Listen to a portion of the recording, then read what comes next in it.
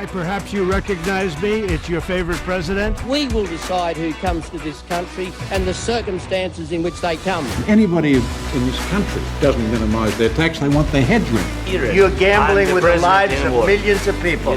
You're gambling with World War III. The answer is Mike, because I want to do you slowly.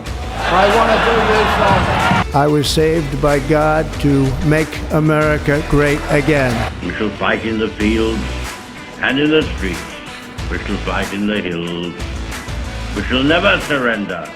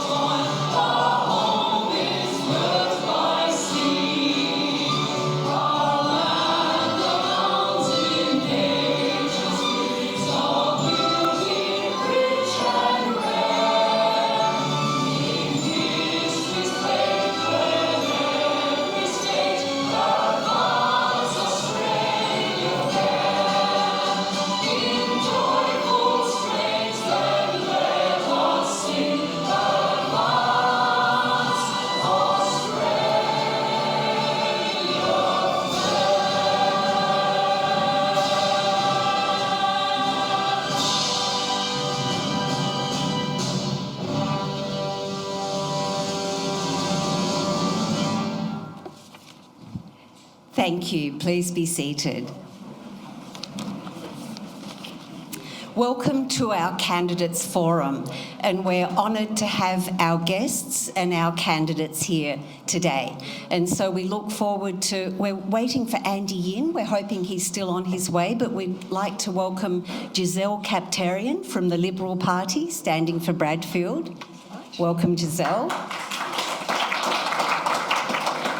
Welcome to Lisa Cotton, who's standing as an independent for Mackellar. Welcome, Lisa. Welcome to Brad Hayman, who's standing for One Nation, also for Mackellar.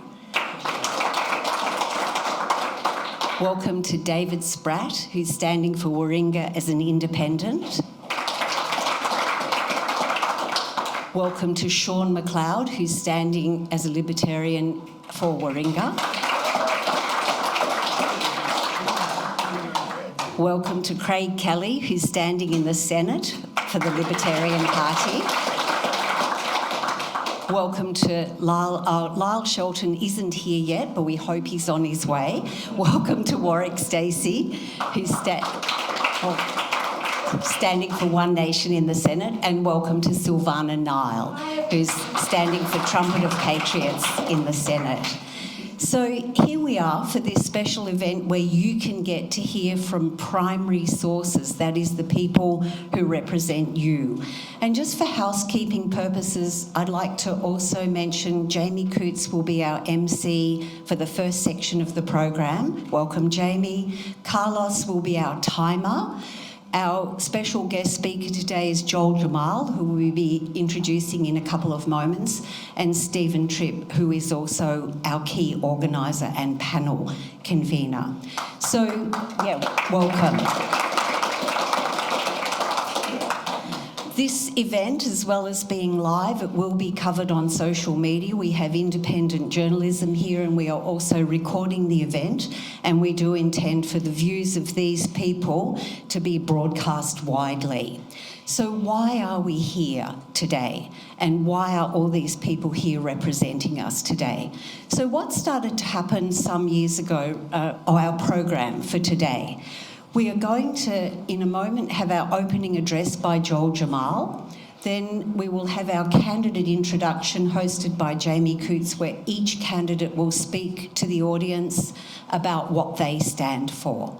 Then we will have a question and answer session on 4 key topics: cost of living, energy, fundamental freedoms, and protecting our environment and food supply. After that, we will stop for a break, and our candidates all have materials at the back of the room. You are welcome to go and meet with them and find out how you can support their campaigns. After the break, we'll have a panel discussion primarily with our Senate candidates that will be hosted by Stephen Tribb. Summary and closing at 3:45 and a punctual finish probably just shortly after 4 p.m. Yes, so why are we here? Certain changes started to happen, become apparent in Australian society 4 or 5 years ago, and many of us started to question who makes the decisions in our lives, who makes the decisions over our health, over where we work, about where we travel, and can we mix with our families. So we started to wonder, what rights do we have to make those decisions in our own lives? And it was a wake-up call for many of us. And what's happened since that time is many people have stood up, and they have stood up to protect those fundamental freedoms. And so, as we are here today, we want to hear from some of these people who started standing up for the truth. And one of them was Craig Kelly, who started standing up in Parliament and speaking truthfully. We also are very grateful for people like Gerard Rennick and Alex Antic, who started to stand up and ask questions and put alternative views. Because what are our sources of information? Where do we get our information from?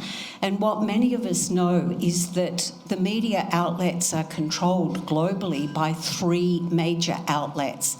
And the news headlines that we receive, they pump off on auto cue, and we are being fed a very narrow section of information. So part of us being here today is to be able to have primary information, to hear it firsthand from the candidates.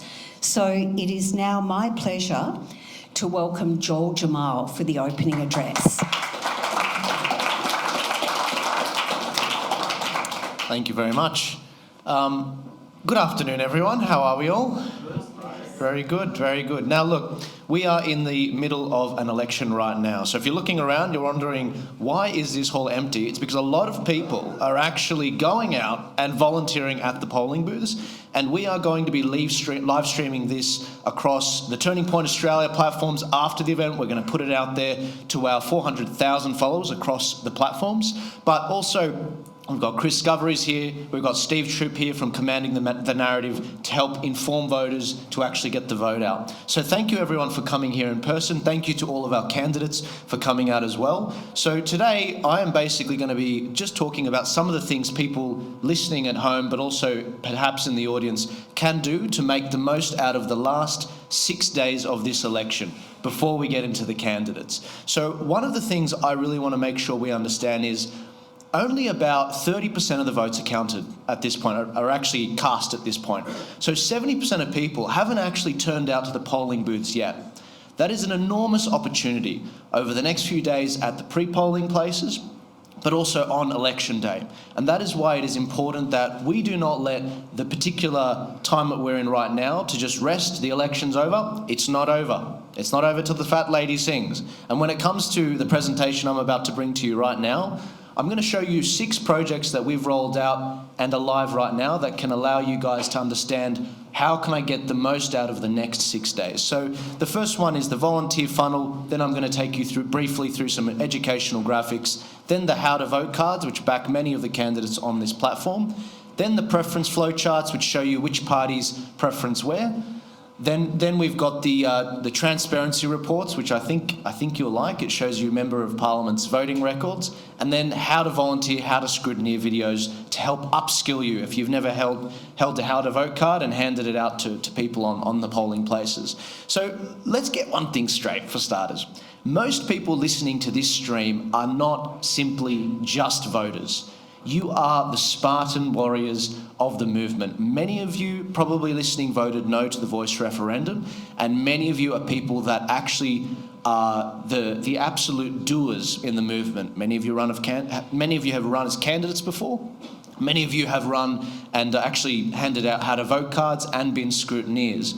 And so Nigel Farage was once asked this question. He said, they said, why are we preaching to the converted? And he said, you are not the converted. You are fishers of men, my friend. Go out there and spread the word. And that, I really encourage you to understand that, because it's not just enough to get your vote straight, to labour over your one vote, because at the end of the day, there are many, many others that are just going to go in there and cancel it out. We need to grow our movement. We need to share these resources to our friends and family and wider community.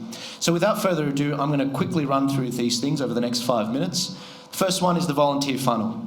On our website, tpaust.com.au, we have a volunteer funnel, which basically allows people to put in their name, their number, their email address, their address, which tells us your electorate, and that goes directly to the parties that you want to go and support. Now, if you are putting your details in there, we do not keep them. We're not interested in that. There's no button to click which says, do you want to subscribe to Turning Point Australia? It is simply passing the rugby ball to some of the candidates on this panel, which allows you to actually connect with them, volunteer for them, and actually mobilise the vote on the ground.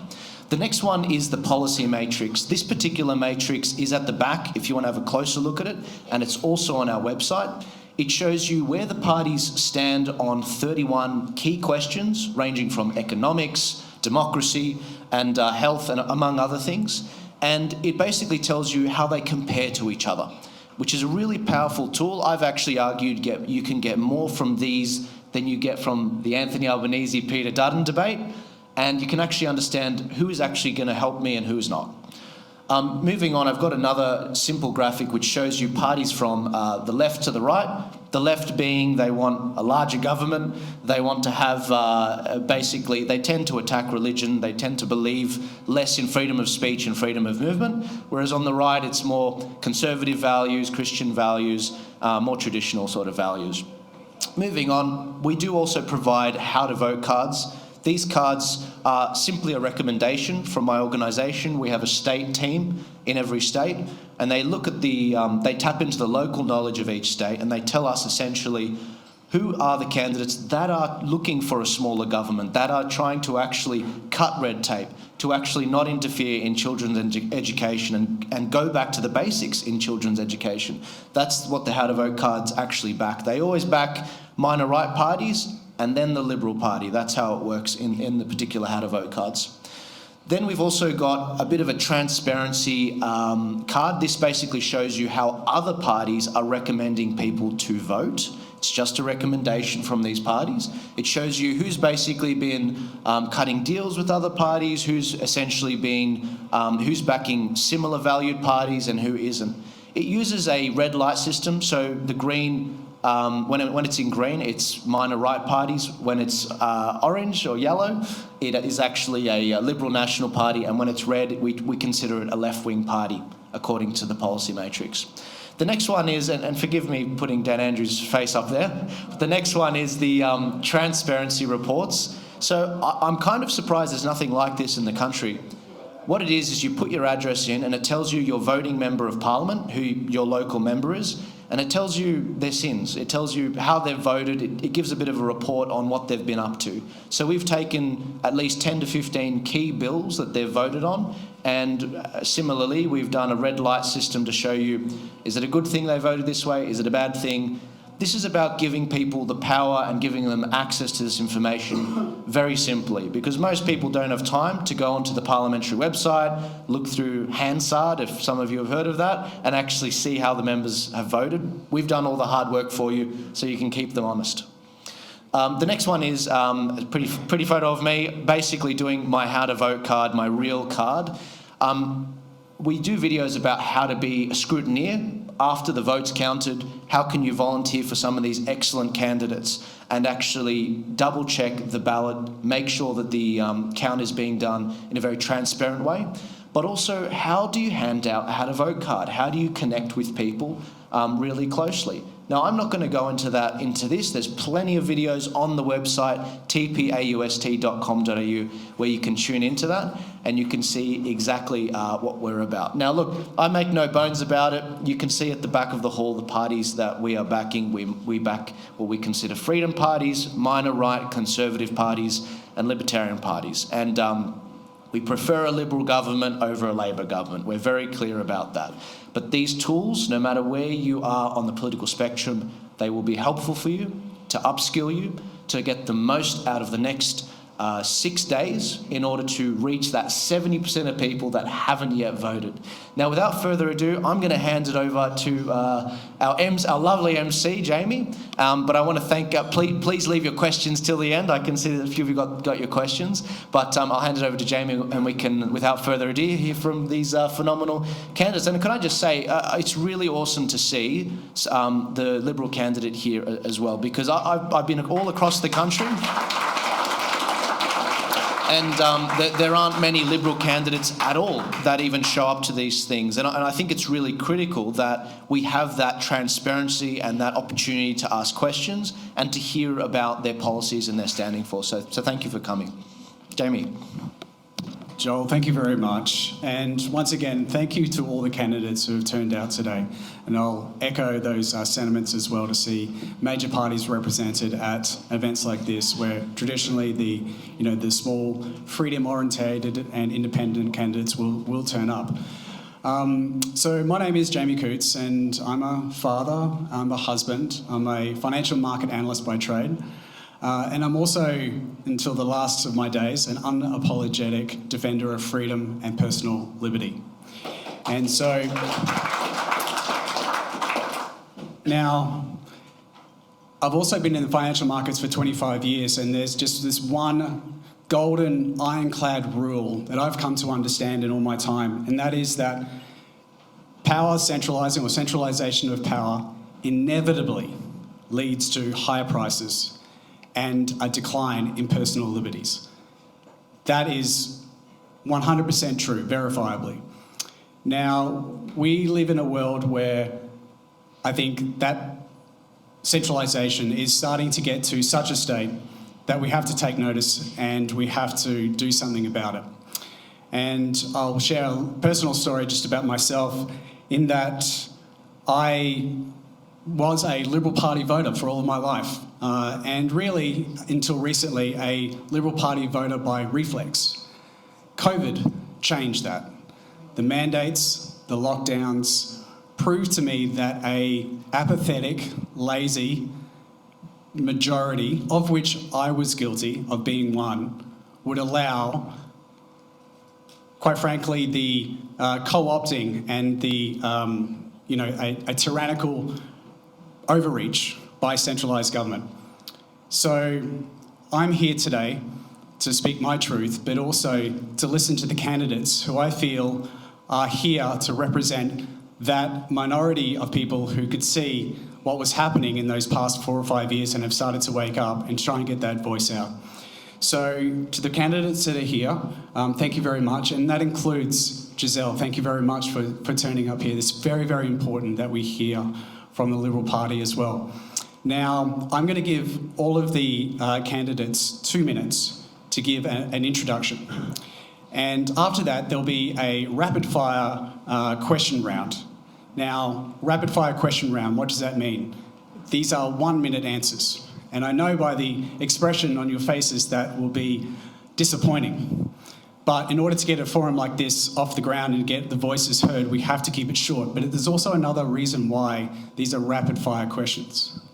Think about the society and the world that we live in. We live in an attention deficit society. We have a mainstream media which will not let independent voices cut through the noise and the propaganda. And so it's very important that candidates speaking for our rights can articulate exactly what they mean and hit the nerve in a very short and concise way. So that is the reason why we've got these rapid fire questions. But for those that want more deeper answers, the second session with Stephen will be very important, because the Senate candidates will be given a greater opportunity to answer these questions in more detail and provide more context. So that's the format for today. And we'll start off by allowing our candidates to introduce themselves. Now, we'll go from my left to right. Andy is not here, so we are going to start with Gisele. And before Gisele starts, there will be a timekeeper. I apologise, there will be a bell taking us back to our school days. So Carlos over here will ring that bell. So all I would ask is that when you hear the bell, just wrap up what you're saying and yield your time. So over to Gisele.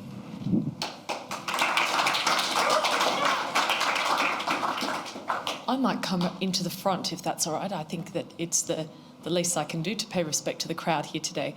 I'd just like to start by thanking everybody for coming out today. I do think it is extremely important in times where we have a democratic system where every voice counts, that we have these forums. I have to thank you all for organising this, because I truly believe that transparency is the key to the health of our democracy. So thank you for participating. It's very, very important. I, in my 2 minutes, will just say a few words about why it is that I'm putting up my hand and who I am. I am the daughter of migrants who came to this country because of the promise of Australia. They came to Australia because Australia is the country that always offered to uphold its side of the contract that we have as citizens with government.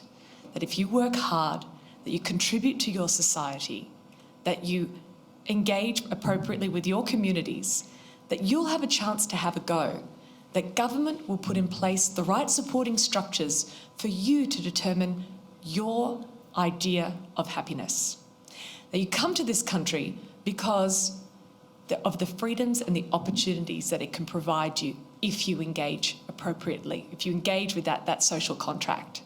And that is, unfortunately, I believe, under threat. I think it's under threat at the moment because of a challenge we have in what we've diagnosed as a cost of living crisis. But to my mind, the better diagnosis is a cost of government problem, where governments, unfortunately, and housing affordability articulates this problem, I think, very well. When in New South Wales in particular, almost 50% of the cost of a home is run by taxes, regulations, and corresponding fees. Now, in what other environment do we have where we have a supply request, an overextended supply, and the people who can fulfil that supply are going out of business at unprecedented rates? So we have an economic problem to fix, and I believe as a whole, the social cohesion will follow off the back of that. So thank you. I'm looking forward to your questions today. Thank you, Gisele. It's short. 2 minutes is short. It is. It goes very quickly. Thank you. So that, ladies and gentlemen, was Gisele from the Liberal Party in Bradfield. Now we have Lisa Cotton, the independent candidate for Mackellar. I'll try to save time by staying behind the ring of fire. Thank you so much for inviting me, first of all, and thank you to all my fellow candidates for being so kind. And also for those who have come out, media and residents of many different electorates. I'm Lisa Cotton and I'm a pure and genuine independent for Mackellar. Thank you. That is a very different reception to what I got on Wednesday at the Meet the Candidate. Some of you may have seen the article in The Advocate, the Northern Beaches Advocate, and they didn't even cover 2 seconds of really what happened. What I will do is I'll explain who I am. I'm a CEO and founder of a domestic violence support service, which is based in the Mackellar Northern Beaches area. I have been speaking to residents for a number of years who have basically been trying to push me forward because they're unhappy with the teal stronghold, I suppose you could call it. Some call it a cult, and I'm not going to argue with that because it is unfortunate that we can have such and I believe it is an ideology, and I believe it is a false religion that they are unfortunately deluded into believing. And so I do have a lot of compassion for some of those who are in this particular group because I think they're being lied to. And at the Meet the Candidates on Wednesday, I did try to explain that the agenda is very, very dishonest. When I was approached with my husband, he and I were just having a cup of tea in a cafe, and we were approached by somebody in one of those shirts 3 years ago, and we said, "What's with the shirt?" And we were met with, "Do you want to know how to make a lot of money?" And we're like, all right then. And unfortunately, we heard that the teals had some plans with Climate 200 about how they could make a lot of money through this message of climate. So we were very disappointed and shocked. And 3 years later, here I am, exposing it. I've been threatened, I have been pushed, I have been assaulted. And so that tells me that I'm on the right track, and I'm very, very excited to be able to expose this particular area of our country in a very real and positive and hopefully victorious way. My heart is for Mackellar and for the residents of Australia. My family are from Germany and India. We'll have to wrap it up there, yeah, sure. I'm sorry. And thank you so much for your time. Thank you, Lisa. Right, Brad Hayman from Mackellar, One Nation. Thank you, everyone. I'd like to share 3 key points which I think will dramatically change the average Australian's life and Australia. And the first is, One Nation has its own Doge program. Long before Donald Trump and Elon Musk got theirs, we believe we can have identified $90 billion of expense that we can remove. And this is just basically centralised government that is duplicating, that's not taxing the right companies. I think the biggest issue in this country at the moment is that everything has been privatised. The nation, most of our resources, most of our income-producing resources is now in the hands of private enterprise. And so the country doesn't really have a lot of tax except for taxing the citizens. And we have a plan to reverse that process and invest that money back in reducing taxes and in spending in infrastructure. And hopefully we can reverse that $1 trillion debt that is now taking place. The next biggest factor, I think, for Australians is the actual situation around property. This has predominantly been caused by the influx of people. And I know that because during the lockdowns, when the borders were shut, property prices, rentals went down. When they opened the borders, just the reverse has happened. So One Nation has a plan to help people that can't get into the market. Number one, we'd create a people's bank where you'd get a fixed 30-year mortgage. You would be able to roll up your HEX debt into your mortgage. You'd actually be able to put your super into the mortgage. We would also prevent foreigners from buying properties in Australia. So we believe these factors will dramatically reset the market to where it should be and allow every Australian should have a home. It's a fundamental part of our security in life, which has been taken away from us. The third point I want to raise is fact, I think everybody here is on the same page. It's about this net zero. This is essentially another big move by the governments to transfer wealth to private individuals.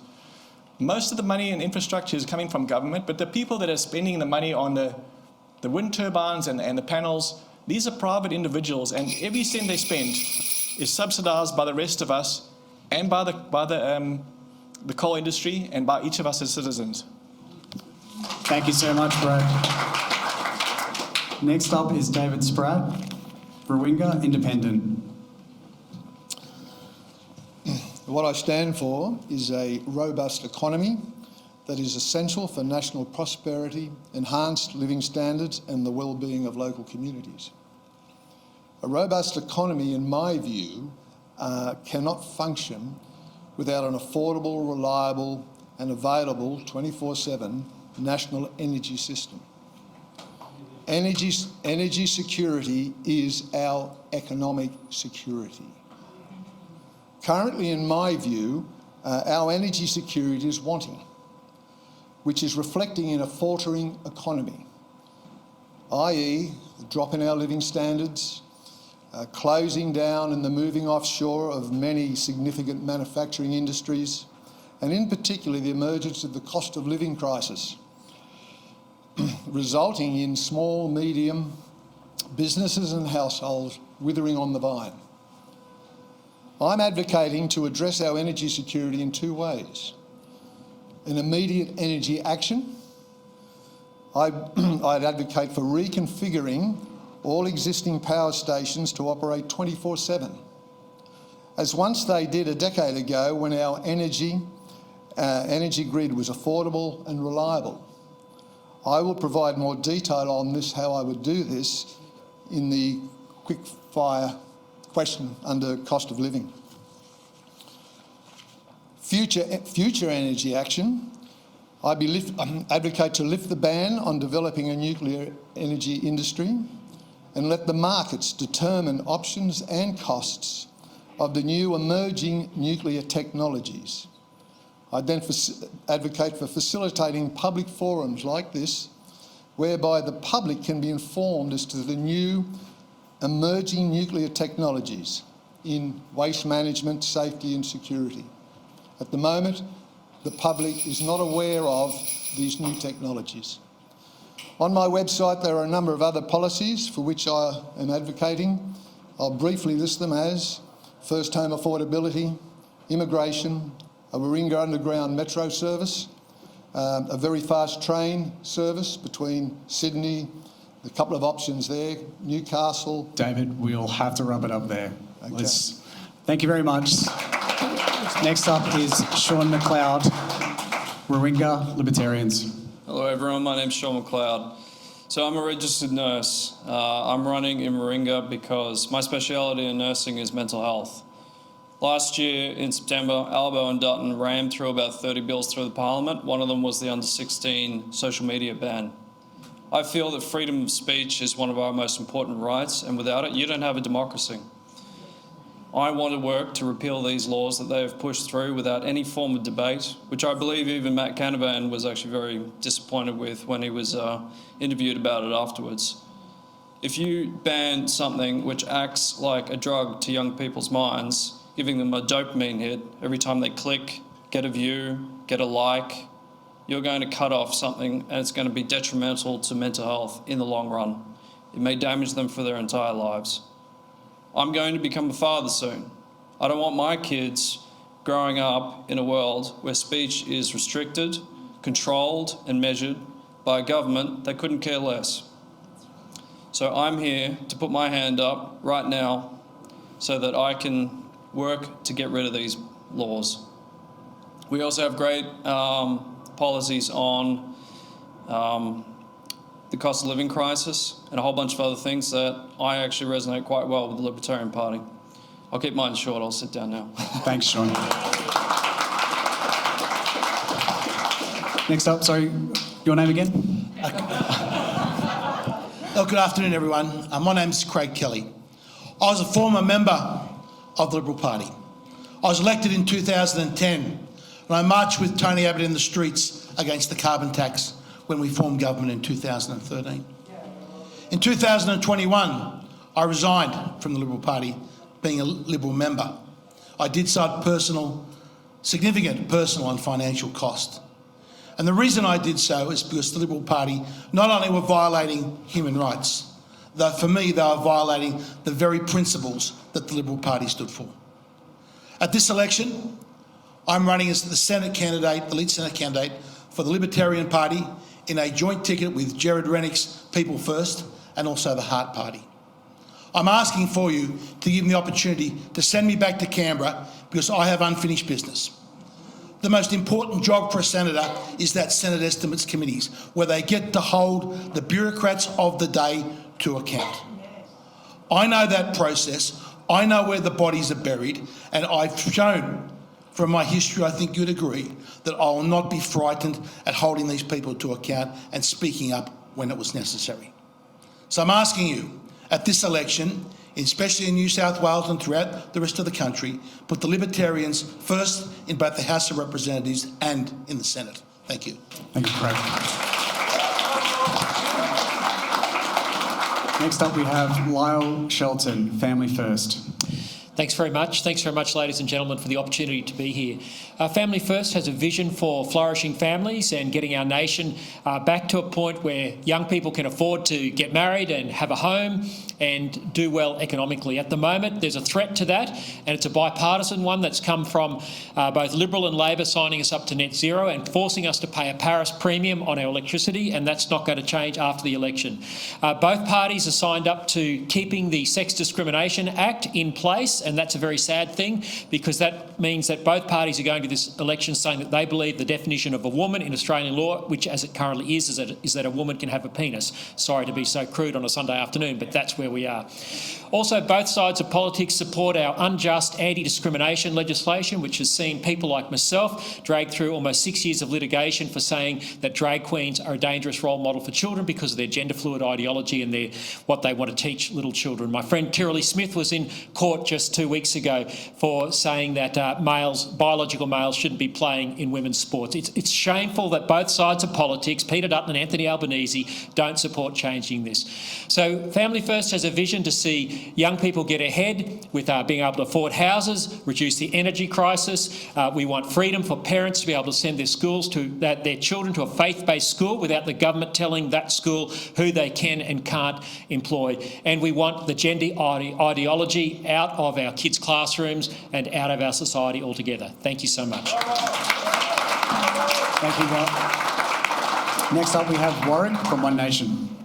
Thank you. I'm going to read, as you can see, the reason for that is I've got a lot to say. I want it to be clear, concise and coherent.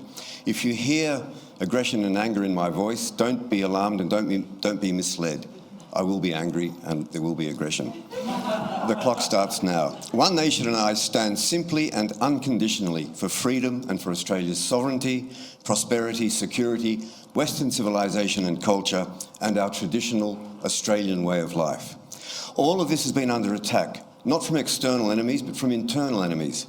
A fifth column out to destroy everything that has made this country the most envied in the world and the one to which multitudes of foreigners have wished to emigrate.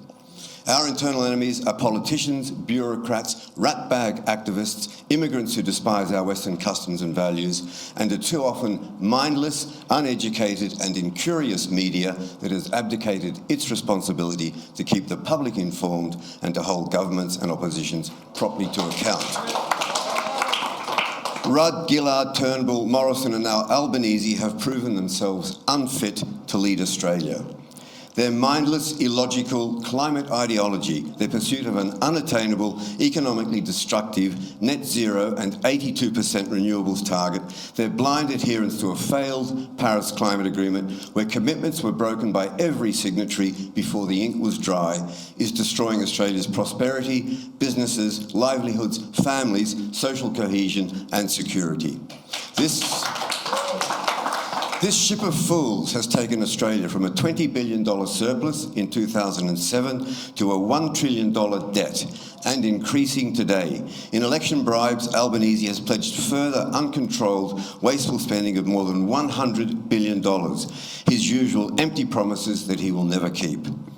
One Nation and I stand for a return to selfless and competent leadership of the Australian people, not the selfish, self-centred and self-enriching dish, I started, so I'll finish, that has shamelessly and so shamefully been on display for the past 18 years of coalition and Labor governments. Thank you. Thank you so much, Warwick.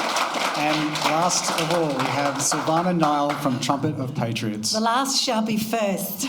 I've been in politics for 18 years. I started in 2007. I've run in 10 campaigns. Why am I still doing it? Because I believe in my nation. I believe in democracy and I want to help save our children in this nation. I've been a teacher for 40 years. I'm a registered teacher with the Department of Education and I want to be part of the rebuilding of the faith of Australians back into the leadership of our nation. I'm also going to read so I can fit everything in. Glasses. The Trumpet of Patriots is focused on democracy, individual freedoms, free speech, reducing government intrusion in our lives, breaking the duopoly, real choice and real liberty. If you are unhappy with how your life has become more expensive to manage, disturbed by the direction of our nation and troubled by the erosion of our Australian values and identity, then at this election on the 3rd of May, you must vote differently. 1, Silvana Nile, or a 2 or a 3. I don't mind. Just get me in that first 6 boxes. If you don't, you'll be locking in our nation's current course for years to come, and Australia will face a bleak future for our children, particularly. Every vote for Labor, the Liberals, Greens or Teals is another nail in Australia's coffin. Vote 1, Trumpet of Patriots. We need common sense, practical solutions that focus on what really matters to real people. Our policies are driven by need and necessity, not ideology. Federal governments in the DOGE, Department of Government Efficiency, federal government is bloated and wasteful. Unelected, overpaid bureaucrats must not be allowed to push their personal ideologies on the Australian people. We will launch an investigation and drain the swamp. Here are some of the examples. $450,000 spent on government departments hosting welcome to country ceremonies in the last 2 years. Shame. $600 million for a PNG rugby team to join the NRL. $500 million spent on divisive voice referendum. $170 million spent by Labor on advertising in the last year to tell Australians how well they're doing. What a joke. It's not true. We're sick of political politicians who are putting themselves first before the Australian people. It's about time we rose in this country. Thank you so much. Rise up, Australia.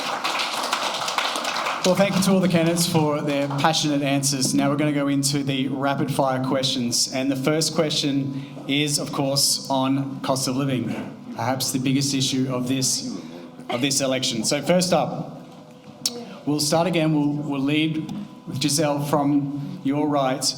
The first question is, what concrete solution will you champion to ease Australia's cost of living crisis? The great thing about being the party that has the record on economic management is that we have a number of policies that we've laid out clearly on the table for the Australian public to make a decision on.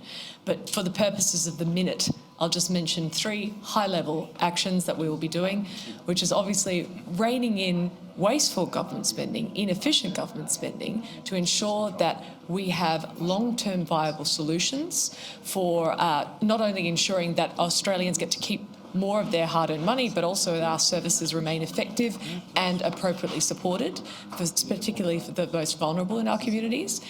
Ensuring that we tackle the housing crisis as a matter of priority, and of course, reining in, making sure we put downward pressure on energy prices, and a key pillar of that, of course, is our nuclear policy.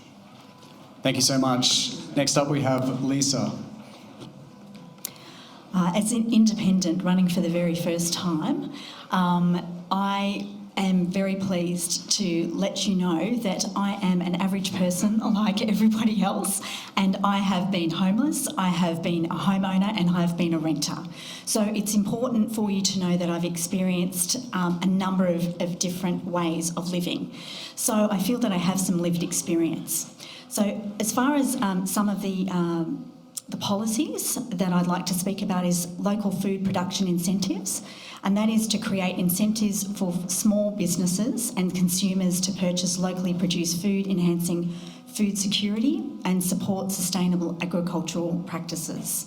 I think there is some real suffering there. Sustainable resource management as well is going to definitely impact on our economy as a whole. And that is to move away from net zero. I think that is costing just the average person the ability just to put petrol in their car and food on their table. So promoting responsible use of natural resources while incentivising clean energy solutions such as solar panels.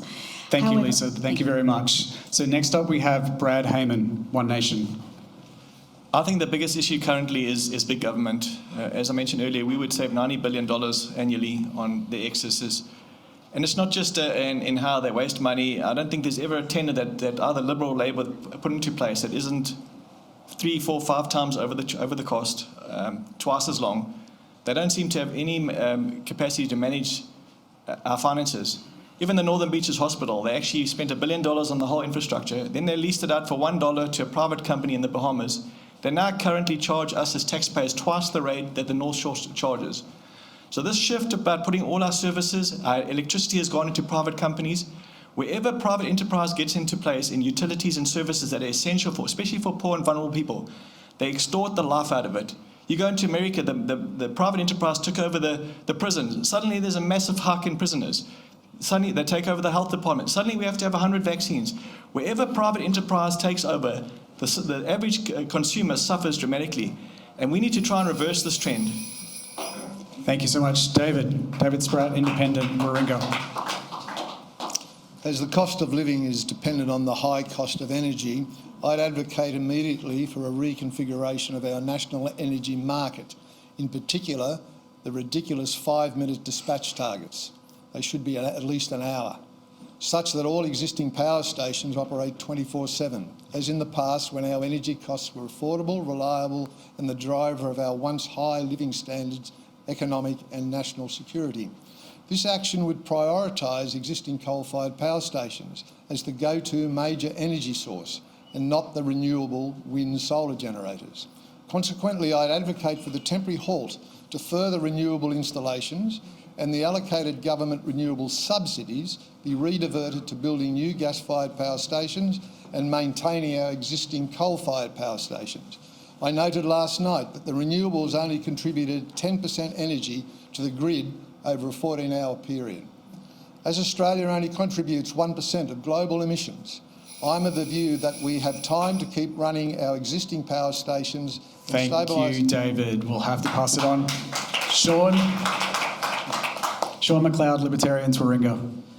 As you guys are aware, it's about a supply and demand issue in terms of housing. So I think what the Libertarians want to do, the migration is kind of out of control with 1.3 million people coming in over the last 3 years. And in a stream, Andrew Bragg was sitting with the Labor ministers during a hearing, and they said that they haven't really built that many houses. I think 304 was the actual thing.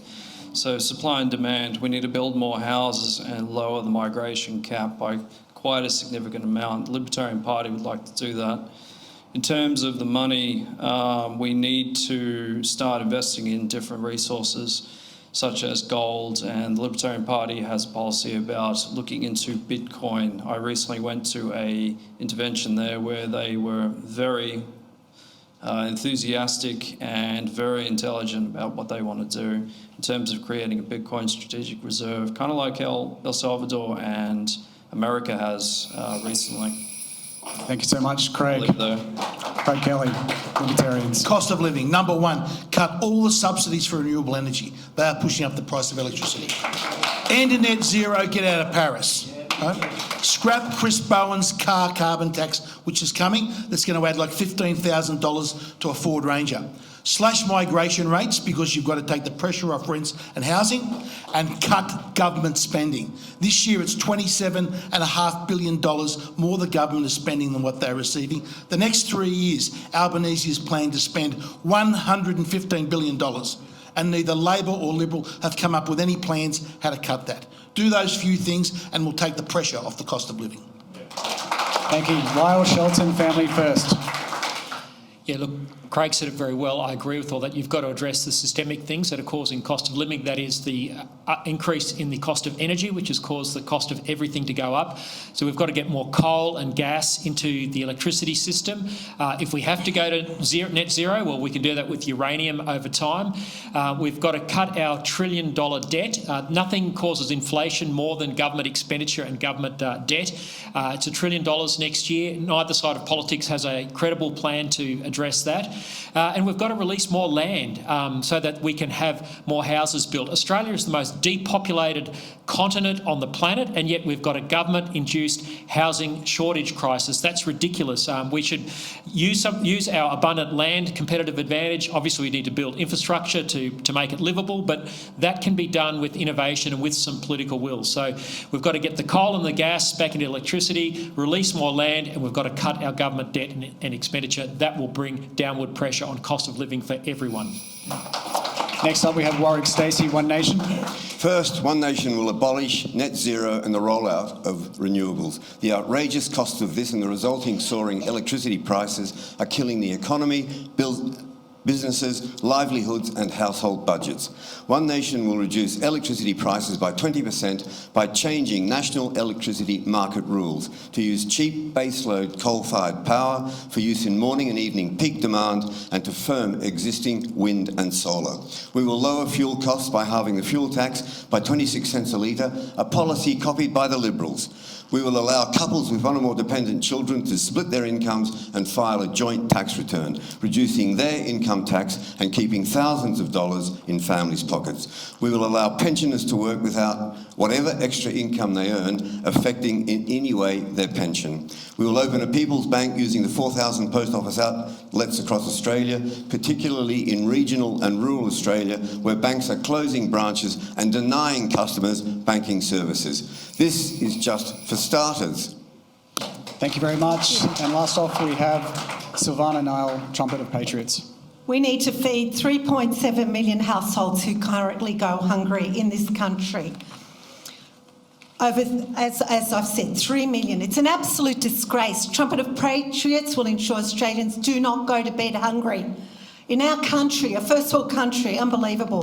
The best way to create wealth is to have an efficient private sector which can produce for all. Government does not create wealth, it only takes it. So we must reduce government waste. The government has shut down cheap, reliable coal power stations in favour of expensive renewables, which is driving up power bills for our families, as well as increasing the cost to make products and provide services.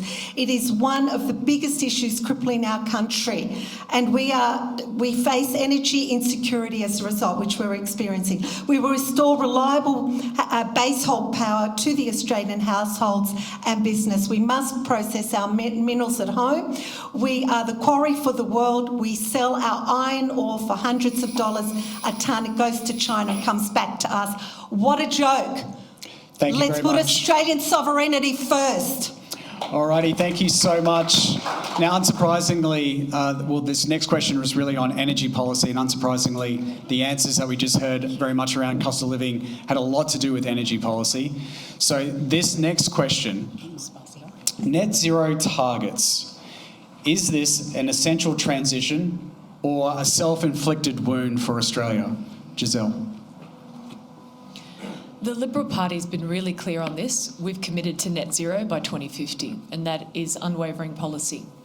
The question is, how do we get there in a way that keeps Australia competitive, keeps businesses moving in the right direction, keeps the lights on, allows families to pay their bills? And the Liberal Party's been very clear about our policies to put downward pressure on energy prices, and that is a matter of making sure that we have a much more agnostic approach to energy. We have committed to doubling our renewables by nothing more liberal than empowering people to generate their own electricity. So let's put solar power panels on houses. Let's encourage that. Let's encourage battery storage. But let's also make sure that we have the type of energy within our economy to be able to support being able to make things here and being able to ensure we do so in a way that keeps the prices of those things low. And the answer to that is nuclear. Thank you so much. Lisa Cotton, Independent Mackellar. Yes, so clean energy is obviously top of the agenda for a lot of the teals, and I think this is the biggest challenge. So what they're talking about is the environment and the planet, and the concern is that there will be no planet for the people. So my agenda is that we need to put people before the planet, and that we can have a cost of living that is, safe for families and safe for communities. We can have a stronger economy. But as far as clean energy goes, I actually agree with the Liberal Party in as far as the energy solution for nuclear. And we have a number of countries that have done that successfully around the world. And I don't see any reason why we can't be following suit in a responsible way, as well as using the natural wealth and resources that we already have to continue to see our small businesses run in an effective way. Thank you very much. So next up we have Brad Hayman, One Nation Mackellar. Thank you. The head of the RPCC once said that climate change has got nothing to do with the climate, but it's about transferring wealth from the west to the east. And that is pretty much what's happened. So you cannot get your coal out of the ground and use it locally, but you can take it out and ship it at millions of tons of CO2 cost to Asia, and they can sell that same coal to their consumers at a fraction of our price. It's net insanity, actually. In the UK, Every single green job they create, it costs 3.7 jobs in the rest of the economy. Australia is, I don't think we are aware of what's going to be happening. They've already identified 215 large companies, which they are putting on a 4.9% reduction in CO2 every year. Eventually, they will all go out of business. The whole coal mining, local industry will all go out of business. It's affecting every facet of our lives. Even the farmers have to put less animals on their farms to satisfy net zero. There is no upside for this country. Thank you so much, David Spratt, Independent Warringah. We need a sensible energy policy. The key elements of a sensible energy policy would be it's technology agnostic, embraces all forms of energy, they're all on the table. It eliminates all subsidies and discrimination legislation that favours one technology, as now, or operates against any other technology. Requires a contractual obligation via the AEMO auction to meet guaranteed 99.9% power outlets. Imposes substantial financial penalties upon power generators who fail to meet their contractual obligations. Requires a substantial bond paid in advance to meet the restoration of the environment as is currently required of the mining industry by way of their land restoration following mining activities. Repeal legislation such as the renewable energy targets, the safeguard mechanisms, remove the current ban on using nuclear power for generation. Thank you. Thank you so much. Sean McLeod, Libertarians, Warringah. Well, we're not going to get anything done unless we repeal the nuclear ban, so I think we'll do that first. What the Libertarian Party wants to do is put a no ban on subsidies for allowing competition in terms of the free market enterprises. So when we're going to build some nuclear power plants, we're going to be letting the companies take over and compete against each other in terms of how they charge the taxpayers. We want to protect agricultural land, so we're going to have no solar panel farms because they can toxify the soil. So if the farm ends up failing, then the farmer who comes along afterwards to buy the land, they can't actually grow anything on that land. The wind turbine things are pretty much useless. If they put them out in the ocean, they're going to disrupt marine animals and toxify the oceans. Also, 6 companies in Western Australia, corporations, decided to not go ahead with their ones. I think it's due to the fact that they knew that they couldn't do it. Thank you so much, Craig Kelly. It's very disappointing that the Liberal Party are going to this election campaign with a policy of net zero. It is pointless, futile and destructive to the Australian economy. Right now, Australia has 21 gigawatts of coal-fired power stations left, which both the Liberal and Labor Party want to close down. As we sit here and speak, China has under construction today another 421 gigawatts. They are building 20 times what we are trying to close down. Now, I believe we should lift the nuclear power ban. I was the only member of Parliament with a nuclear reactor in his electorate. But we shouldn't be getting government money to invest in these things, taking what is the current technology off the shelf from South Korea, France or the USA. We should be investing to look in the next generation of nuclear power that can give this nation a competitive advantage. Taking what is existing technology off the shelf and building it, which at the very best is not going to come in for well over a decade, is not going to put any downward pressure on electricity prices. Removing the subsidies, getting more coal onto the grid will. Thank you. Lyle, Shelton, Family First. The net zero policy is a politician-induced, self-inflicted wound on this nation. There has been no economic or engineering analysis done of net zero by either side of politics. If you look at the research commissioned by the Page Research Institute, which is the National Party's think tank, ironically, chaired by John Anderson, a man I admire greatly, Jared Holland's costings show that coal and gas by far the cheapest, then nuclear, and then renewables. And this is when you take into account whole of system costs. You've got to factor in the costs of stringing out new 28,000 kilometres of power lines. So net zero is wrecking our nation. No due diligence has been done. We've just been going on with the vibe. We put Scott Morrison on the plane to Glasgow. The Nationals voted for that too, ironically. Now their think tank says it's the most expensive way to produce electricity. Our politicians have not been telling us the truth about what they know. And I've talked to many Liberals who they deep down know this doesn't work, and yet they won't level with the Australian people, and that's why they should not be rewarded with a vote. Thank you so much. Next up we have Warwick, Stacey, One Nation. One Nation will abolish net zero and the related 82% renewables target. We will take Australia out of the absurd and failed Paris Agreement. One Nation will also abolish the useless Climate Change Authority, saving $30 billion in pointless, destructive, wasteful spending and forcing Matt Keane to find another job. Net zero is a fantasy as real as fairies at the bottom of the garden. These are insane policies pursued by crazed politicians. Labor will not tell the public the final cost of its absurdities because it cannot tell us. It does not know. Even Albanese's famously accurate modelling, and then somebody else's not so famously accurate modelling, has been put in a straitjacket and committed to an asylum after trying to crunch these numbers, let alone prove his $275 reduction in electricity prices. I seriously fear for the sanity of Chris Bowen when he declares renewables are the cheapest form of electricity while watching prices rise regularly, relentlessly, and without pity. Thank you so much. Silvana, Nile, Trumpet of Patriots. Trumpet of Patriots will abolish net zero. Net zero means a poorer future for us all. High energy costs and the cost of living pressures because of net zero measures are causing harm to many Australian families. We're going to exit the Paris Agreement. This agreement will not change the weather, but it will ensure we economically destroy our nation.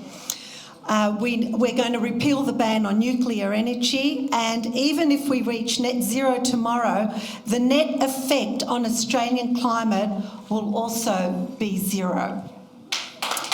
Thank you so much, everyone. So this obviously sparks the energy discussion, sparks a lot of debate. But let's just imagine a world or an Australia where we can't have any debate.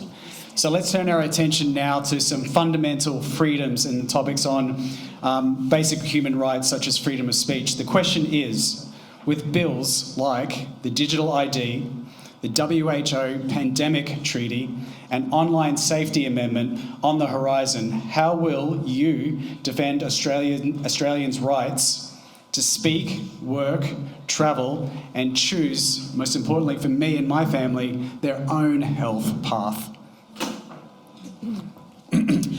I think there is often a danger in putting different groupings of legislation together in the same bucket, which have different ways of actually engaging with information. I think we just have to have a caution about that. But I will say this, one of the most concerning things I saw was the introduction of the misinformation, disinformation bill in Parliament. That is something I, personally, very concerned. I'm so pleased that that has died for now. There is nothing more concerning than a world in which government decides what truth is, and that is not, I think, anything we can do to make sure that that does not come back is a good thing.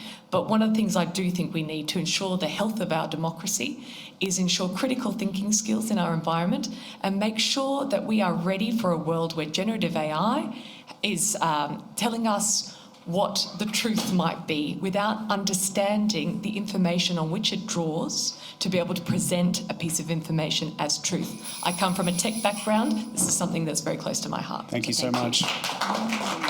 Next up, Lisa Cotton, Independent, Bradfield. Talking about freedoms. So I'm a mum, and at the moment I'm a mother of 6 combined with my husband's blended family. But I have a 12-year-old daughter at home, and I think it's incredibly important for me to speak about education, health and faith. And I believe that that has been the war that we have been fighting since the COVID pandemic, where we have not been able to make the choice. And if we do make the choice, we're considered criminals. There has been a situation where the threat when I actually got married was that police would actually be at my wedding because there were unvaccinated people there, and there was a police van at my wedding. Don't worry, I got remarried the year later because it was very difficult to smile that day. That's the sort of thing that I've had personal battles with. As far as health goes, I believe that we all need to have a choice as to what we take into our bodies, as it is as to what we say as well. So freedom of speech is very important. Thank you so much. Next up, we have Brad Hayman, One Nation, Mackellar. I think it's very important to have some sort of Bill of Rights on freedom of speech, because every nation that thrives has got freedom to say stuff that somebody else doesn't want to hear. And if you don't protect that, eventually everybody conforms. It gets rid of innovation, creativity. Every nation that has its freedom of speech loses its drive. You can look at Eastern Europe, you can look at Western Europe in comparison. And we are now seeing the beginnings of this in Australia, where they're continually trying to threaten people if you say the wrong thing or think the wrong thing, that you can somehow end up in prison. It is a crazy and a dangerous season that's ahead of us. I think the worst is yet to come, and we need to protect our rights before they are totally removed. That you cannot have a voice like this because we are not approved media, for example. Everybody is withdrawing from centralised media because we know that it's total BS nowadays. These kind of forums are growing continually, but they want to shut this down, and we need to protect this before it's taken from us totally. Thank you so much. Next up, David Spratt, Independent. Lockdowns and mandates. We must have a royal commission into these things so that the chaos and debacle that occurred during COVID never happens again. In particular, the closing of borders by states. Borders should only be this should only be done by one entity, closing of borders, and that's the federal government, not 6 other entities. The disinformation bill, well, that's got to be repealed. Who's the final arbiter of what is considered mis or disinformation? The WHO Treaty, remove it. What is Australia doing giving up its own national sovereignty by signing up to some discredited, in my view, overseas health outfit unelected by us? Australians should have the inalienable right to speak, write, associate freely in the public without government interference. There are enough laws, defamation, incitement, hate speech, that already exist, and these can be enforced on individuals who act egregiously. Thank you so much. Sean McLeod, Libertarians.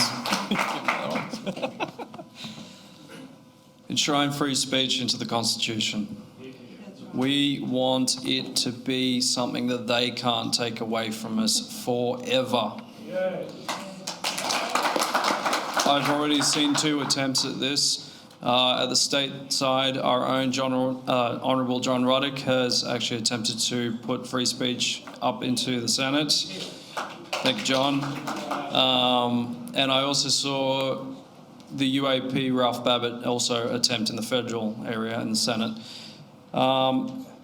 Following that, we agree with David here. We do not want unelected bureaucrats of a global order to be dictating terms to us when they haven't even set foot in our country and know anything about us. COVID was a great trial run for something that none of us want. We just had a trial of totalitarian government and global control. We don't want to buy the subscription. That's it. Next up, Craig Kelly, Libertarians. It was good to hear that the Liberal Party were against the mis and disinformation bill, because it was originally their idea. It was on Paul Fletcher's website that they wanted to create a government bureaucracy that would decide what was fact or what was untruth in Australian speak. Have a look, it might even still be there. It was also very disappointing that the Liberal Party supported the hate speech legislation, because what that has done, and this will only apply after the election, Australians can be sent to jail, arrested and sent to jail for up to 7 years for posting stuff on Facebook or YouTube or Twitter. And you are not, if you to be sentenced, you can do it even if you are acting in good faith. The test is in the perception of the mind and the person that hears it. That must be opposed, that must be thrown out. And 2 improvements to our Constitution. 1, as the Libertarians said, we want to make sure we enshrine free speech. The other, we should ensure that no Australian is ever forced ever again to undergo a medical intervention against their free will. Hear, hear. Next up, Lyle, Shelton, Family First. Australia's already lost its free speech, freedom of religion and freedom of association. We've got to get them back. We need to repeal the Misinformation Bill. We need to repeal or have a Commonwealth override of state-based anti-discrimination legislation. I already mentioned that I'm involved in my 6th year of litigation after 2 drag queens sued me for saying that they were dangerous role models for children because they promote gender-fluid ideology, which is harmful, and LGBTIQA plus sexual expressionism to 2-year-olds to 8-year-olds. I should be free to say that without spending $500,000 and 6 years in court. Kirralie Smith should be free to say that a biological male should not be competing against women in women's soccer here in Sydney, yet she's been in court multiple times. Sal Grover should be free to have a women's only app and not have to go all the way to the High Court to defend freedom of association. We've lost these freedoms because both sides of politics don't have the will and the courage to ensure that these basic fundamental human rights are put in place, and they should not go to Anzac Day and celebrate the Anzacs who fought for our freedoms when they're not prepared to fight for the freedoms we've already lost today. Warwick, Stacey, One Nation.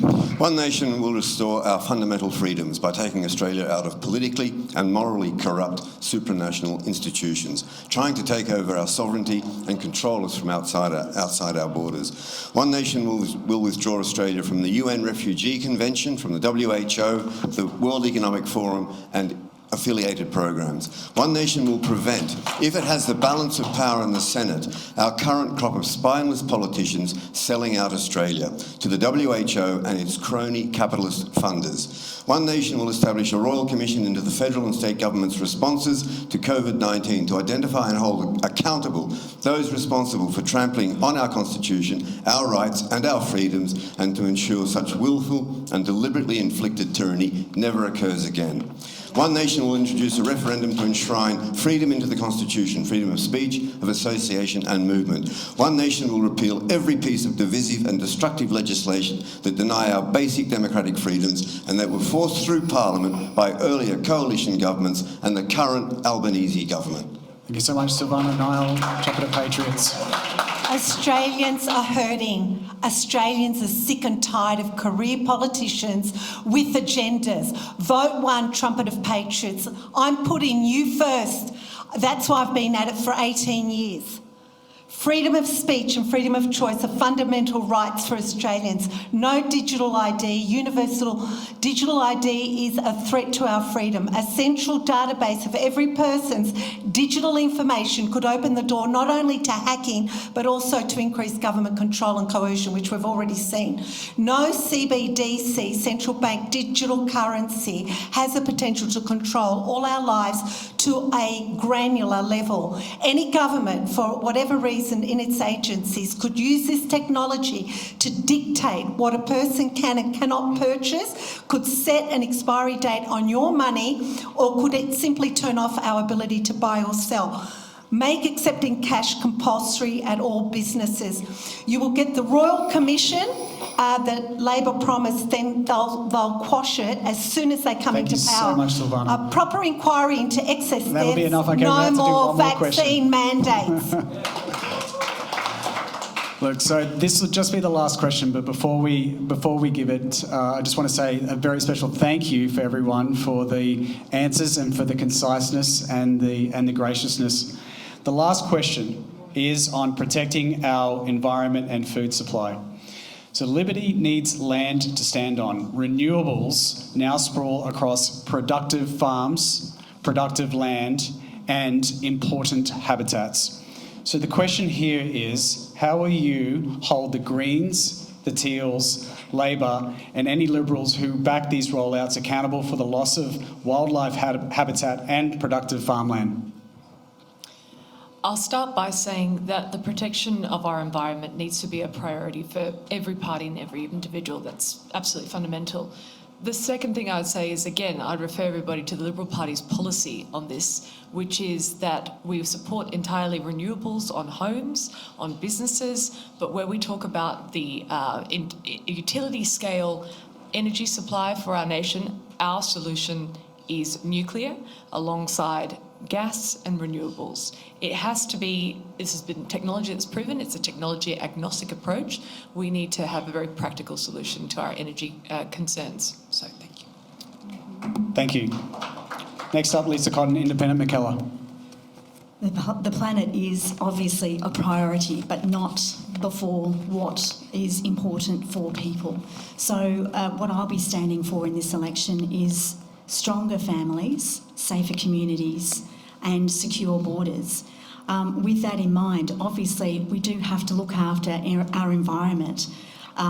We do have to obviously look after our food supply, our rural and our farmers. And so with that stronger family and safer communities, we will always have in mind that environment will be a priority.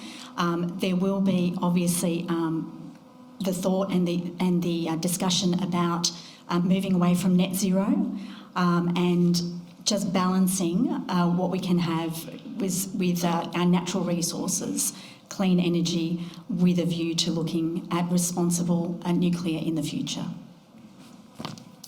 Thank you. Brad Hayman, One Nation Mackellar. The only thing we have to do is to remove the subsidies of the green scam. You know, just for example, a wind turbine, a guy wants to put something on a farm, he pays the farmer $12,000 to have that wind turbine there. The farmer takes the liability for that, anything that happens with that turbine, causes a fire, whatever else. The company, the private interest company that actually puts that turbine there gets paid up to $900,000 a year. Those costs all come back to us. They get centralised into our energy costs. It's now costing, just wind turbines currently, is costing $40 billion onto our energy bill in this country. No wonder all the billionaires in this country are now in that market. From Forrest to everybody else, they're all in this market because it's free money at our expense. They need to change the law and remove those subsidies and freebies, and everything will get its place back where it belongs. David Spratt, Independent, Warringah. The government are currently pursuing the green ideology and the race to the bottom with their renewables experiment. David, could you just hold the microphone up a little bit closer? Hello? Yep. This taxpayer-funded experiment has never been done anywhere else, and those that have attempted it are now pulling back and are returning to the affordable and reliable high-energy density energy sources, coal, gas and nuclear. These renewable energy projects are denigrating our regions. Their intermittency is causing more and more electrical instability with voltage and frequency and contributing to the depletion of our economy. I have a short video clip on my website which shows aerial views of the destruction being implemented in the name of saving the planet. The video is one of many, covers all the states, prepared by a Stephen Nowakowski, who has some very good, it's a very good video, with his comment, and I like it, not climate action, but rather environmental vandalism. Thank you very much. Sean McLeod, Libertarians. As I stated earlier, the experimental wind turbines on the offshore areas, they're just not going to work. So they disrupt marine life in terms of whales, migrations, and other things. So pretty much scrap net zero. Other thing is, I remember Nigel Farage in the UK once saying, plant 1 trillion trees. So I think that we should petition that every forestation company or deforestation company should actually plant at least 100 trees for every 1 tree that they fell. I remember recently Craig Kelly and John Ruddock went down to Oberon where there was a large deforestation area just to put in some transmission lines. So I think we should probably stop that and rethink some ideas about that kind of stuff. In terms of the food production, deregulation of what the government's doing and allowing the farmers to take over. I mean, you always go to the engineer when you want to build something, don't you? So you go to the farmers to... Thank you, Sean. All right. Pass it on to Craig. The question was on environmental protection and food security, and what are we going to do about it? Firstly, last week, I went down with John Ruddock. We drove all the way down to the Snowy Mountains. We climbed up to see the destruction that they were doing to build those transmission lines in, and the destruction of magnificent trees up to 250 years old. We did a video on that, which has been seen by over 1 million people. And yet none of the Australian media, none of the ABC would even go and film that or cover that. It was up to us as private citizens doing this during this election campaign. That's what we've got to do, expose the destruction of our environment from this madness of net zero. Secondly, on food security. Remember, net zero is not just about energy and electricity. It is also about the burps and the farts of the animals. So if you're for net zero, you are arguing for the culling of our beef herds, our dairy herds and our sheep. Culling they feed them bovea as a temporary solution, but eventually if you want net zero, you are for the destruction of the beef industry and the destruction of our dairy industry. How can we have food security where there's no food security in this country if we continue to pursue net zero? Lyle, Shelton, family first. I don't have anything else to add to what Craig just said. You said it very well. Thank you. Okay, you yield your time. Warwick, Stacey. Thank you. May I have your minute, Lyle? Net zero and renewables rollout is destroying our environment and food supply. Wind turbines and solar panels leach toxins into the air and the soil and must be renewed every 10 to 15 years. Our farmland is being covered in these monstrosities, contaminating land, crops and livestock. Mining companies must set aside millions of dollars in costs for remediation of end-of-life mines and tailings dams. Renewables rent seekers have not had such remediation costs written into their contracts. The cost of removing and disposing of one wind turbine is $1 million. A metre of topsoil or more under solar panels will be contaminated and will have to be removed if the land is to be used again for agriculture. The cost for this falls to the landowners, not the renewable energy companies. Which bureaucrat wrote these contracts? Brumbies were inhumanely culled in Mount Kosciuszko Park because they supposedly put the environment at risk. That environment is now being destroyed by green environmental activism and net zero. One nation will abolish this renewables madness and in so doing will protect our wildlife habitats, our rural and productive farmland and our food supplies. Silvana, Nile, Trumpet of Patriots. Our food comes from the food chain and we should be putting people first before the environment and make sure that we're sustaining our food sources to feed the population in this country. You cannot run Australia off unreliable wind and solar, which does nothing to help the environment or reduce costs. The only thing renewable about these things are the cost as they need to be replaced every 20 years, end government subsidisation of energy, adopt energy source agnostic approach and let us in the free market decide what is the cheapest and most reliable source of power. And we need to repeal the ban on nuclear energy and powerful nations have cheap power. So we need to get the food sources, get the farmers, back up the farmers.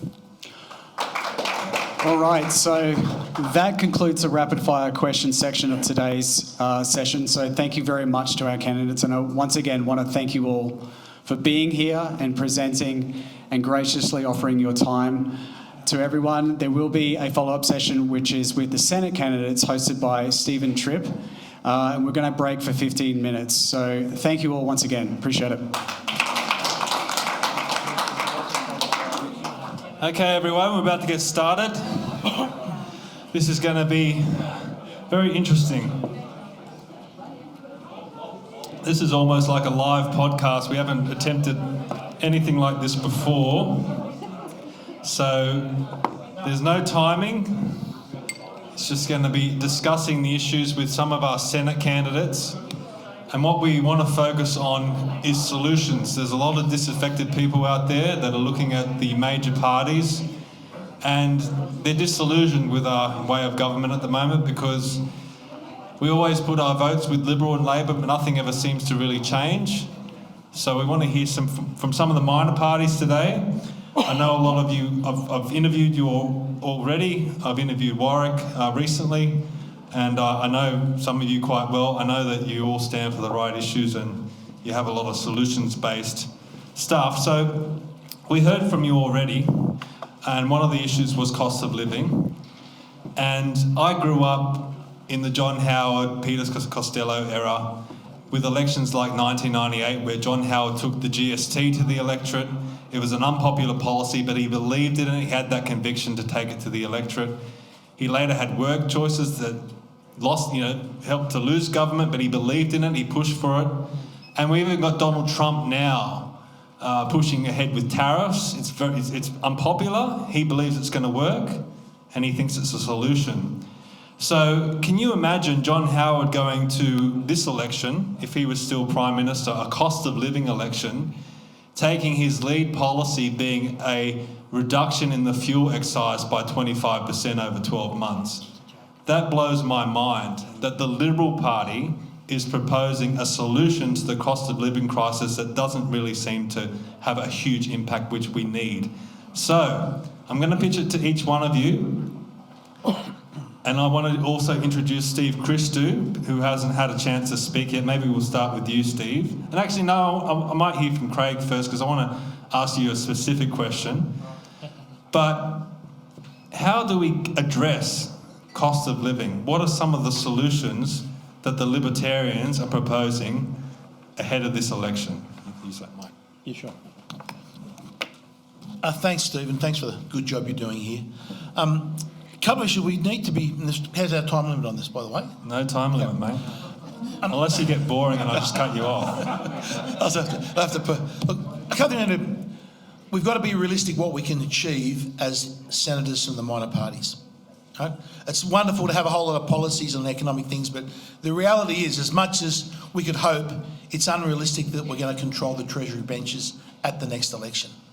So we've got to work out what is the best way that we can advocate our voice. Now, the best thing that can happen is if we get crossbench senators like ourselves here and from the other states elected that can hold the balance of power in the Senate, because then we can put pressure upon both of the major parties. If you've got that balance of power, you can horse trade well above your weight, and you can say, look, unless you do A, B, C and D, we are going to block every single thing that you do. So I think that's very important to acknowledge up front what we can do and what we can't do. And we've really got to put pressure on the Liberal Party, because it's been the weakness of the Liberal Party that hasn't given the Australian public a real choice at this election. Now, when it comes to cost of living, firstly, we've got to slash migration. This idea you go around and you hear Labor Party talking about, oh, it's all about the housing, we just build more housing. It's a nonsense. We are world champions at house building. Only Switzerland has built more houses per capita than Australia over the last decade. There's an article in the Financial Times a couple of months ago to show that. The issue is we must cut migration, so we've got to keep talking about it and highlighting it and not be frightened to talk about these things. Our political opponents will like to call us all sorts of names and slander us when we talk about migration. We've got to hold the line and say that's got to come down very, very significantly. We've got to hold the line on net zero. Now, Gisele, and I wish her all the best as the Liberal candidate in this area, but the reality is I was in the Liberal Party room when Scott Morrison walked in and decided that the coalition would adopt a policy of net zero. There was no debate in the party room, and I know at least half of the Liberal Party today that are going to this election, they're going for a policy they don't believe in. They're all standing there going, yes, yes, yes, we will for net zero, but they don't even believe it in their hearts. They know it's a complete nonsense. That is what is pushed, that is the fundamental issue that is pushing up the cost of living in this nation, because the cost of energy goes through everything. It's not just your electricity bill, it's a bill that the supermarkets have to pay for their refrigeration. Every small business has an electricity bill, so it pushes up the wholesale price of goods, it pushes up the retail price of goods, it pushes up the cost of manufacturing. It is sending our manufacturers broke offshore. We're now paying 2 to 3 times the price for electricity and gas that the US were. We used to be on parity. Now, unless we can put pressure on the Liberal Party to reverse that policy, the cost of living in this nation is still going to continue to spiral out of control. So the one thing, whatever happens after this election, I think a lot of everyone on this table all agree with each other, but we've really got to put pressure on that Liberal Party to reverse this net zero nonsense, because it is the basic fundamental cause of our cost of living issue and with excessive government spending. I might bring Lyle in now. Now, Lyle, your party, Family First, is focused on families. Well, it seems like families are in the crossfire with cost of living at the moment. I don't know how a lot of families are getting by. What are some of the solutions that your party is proposing? Well, we agree with everything that Craig's just said about net zero. Energy does cause the price of everything to go up, and that's why our groceries are through the roof and transport and all of that. So don't need to relitigate that debate. But in terms of families, what could be done immediately to help families is income splitting. And I know that's a policy which is shared by many of us on this panel. But a couple that are on $120,000 a year could be taxed at $60,000 a year, for instance. And that gives the choice for one parent to stay at home and get the benefit of being taxed as one group unit instead of two. That's just a no-brainer for a start. Our childcare subsidies, they should follow the family, not follow the childcare centre. So if mum and dad want to, for instance, perhaps pay the grandparents to help with childcare. Why can't they do that? Why does it have to be institutionalised outside the family and the extended family unit? So I think there's a couple of things there we could do straight away. We've talked about land supply. We've got to release more land. There should not be a housing affordability crisis in this country. We have a competitive advantage in this nation with land. We've got oodles of it. Look, I know the Sydney Basin is pretty full, but with innovative thinking around rail and transport corridors, you could have hub and spoke type developments where you could give people the ability to again share the Australian dream, have affordable housing because land is affordable again. We've got to get the taxes off homes. My brother is a builder in Queensland. The impost that governments now impose on a house, whether it's double glazing in Queensland because of climate change, or now it's mandatory that they have electric vehicle fittings in new homes. I mean, this all just adds to the cost unnecessarily, and it's pricing young people out of the home, out of homes, and out of affordability. If we want young people to get married and to have children and give those children the stability that they need to become functioning Australians contributing to this nation, then mums and dads have got to have economic security, and you can't have that if you haven't got housing security. I might just pass the microphone now to Steve Christou. Mate, you're a councillor on Cumberland City Council. You're out in Western Sydney. It's a lot less affluent than the three electorates that we're focusing on today, being Bradfield, Mackellar and Warringah. Can you let us know what's the situation out in Western Sydney at the moment? Are people really struggling? What are you seeing on the ground?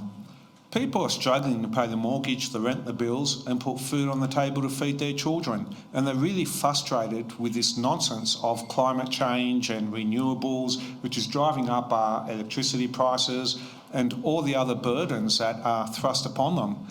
We've got, childcare through the roof, and small businesses are suffering. Before a small business can even operate for the year, they've got to pay their IPART workers' comp insurance. And say, an average small business which has 6 to 8 employees is up for $4,000 to $5,000 in workers' comp insurance. Then they've got to pay their public liability insurance as well, and that's another $3,500, $4,000. Small businesses are up for $12,000 to $15,000 before they've even begun to trade, and it's hurting. And mums and dads working on a fixed wage are hurting, and it's all because of the policies of the major parties. You've got the Labor Party and the Liberal Party side by side, basically rolling out and agreeing on the same policies and not doing anything to help working class people or to help people alleviate the financial stress that's happening. That's what's happening out in Western Sydney. People are frustrated, they want change, but they want politicians that will stand up and actually represent them. Actually have a backbone and do something to cut the cost of living crisis. Cut the fuel excise. It's not happening. The Liberals are cutting it by 25%. It's not enough. Wipe the whole thing. We are one of the most taxed countries in the world, whether it be through the alcohol tax or tobacco tax, income tax. We are one of the most taxed countries in the world. That is one way of alleviating our cost of living crisis and helping Australian residents and stop focusing on matters overseas. That is very important. This is Australia, and focus on helping the Australian people, not sending billions of dollars in foreign aid overseas to countries that will never contribute back to us. Silvana, when you think about the policies of the major parties, what they're proposing to address the cost of living crisis, are you shocked by that? Did you expect more? Absolutely. Absolutely. It's a duopoly. They're the uniparties. They're working together. We really need to bring this home to the Australian people. We really need to get housing costs down, our food, electricity, utilities. you name it, all our taxes need to come down, particularly fuel. It's really important. So in the Trumpet of Patriots, how do we intend to do this? We want to slash immigration by 80% and prioritise the needs of Australians, Australian sovereignty, putting the Australian people first. It's so important. I mean, how many of you in this room don't feel like you're being put first? All of us. That's why we're here.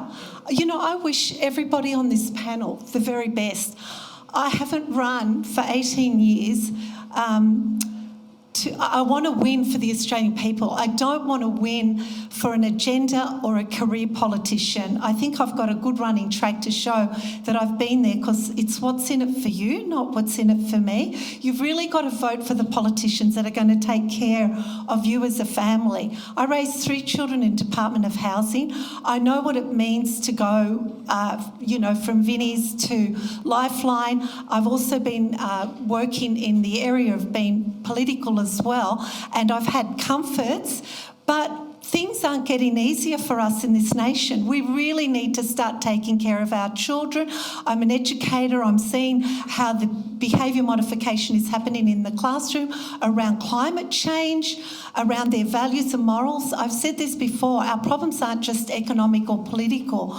Our real problems are a lack of good character, values and common decency, and I want to restore this back into public policy. We can't have money in education, money in hospitals, money's going to fix everything. Money is not going to fix everything. Loving thy neighbour as thyself is what's going to fix this country. We need to look after each other. I was at the airport yesterday, 60 people on a bus. A mother got on that bus and didn't even have a seat, with a baby in her hand and a little child beside her. Not the young kids stood up, no adults, nobody. So I called out at the back of the bus and I said, is anybody standing up? Please stand up for this mother and child before they fall over on this bus.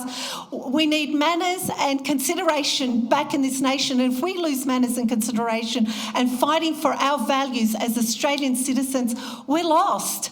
We have to fight now. Otherwise, your children, my children, our grandchildren are going to be fighting. So we're going to slash and prioritise the need, sovereignty for this nation. We're going to eliminate government debt with a 15% licence fee on iron ore exports. We're going to double fees for international students. So Australians can enjoy free university education. Let's back up our kids, shall we? Allow Australians to use part of their super for a home deposit and ease their housing crisis. And of course, get rid of net zero. It's just ripping into our families. The government's using our taxes to pay their issues and their problems, not ours.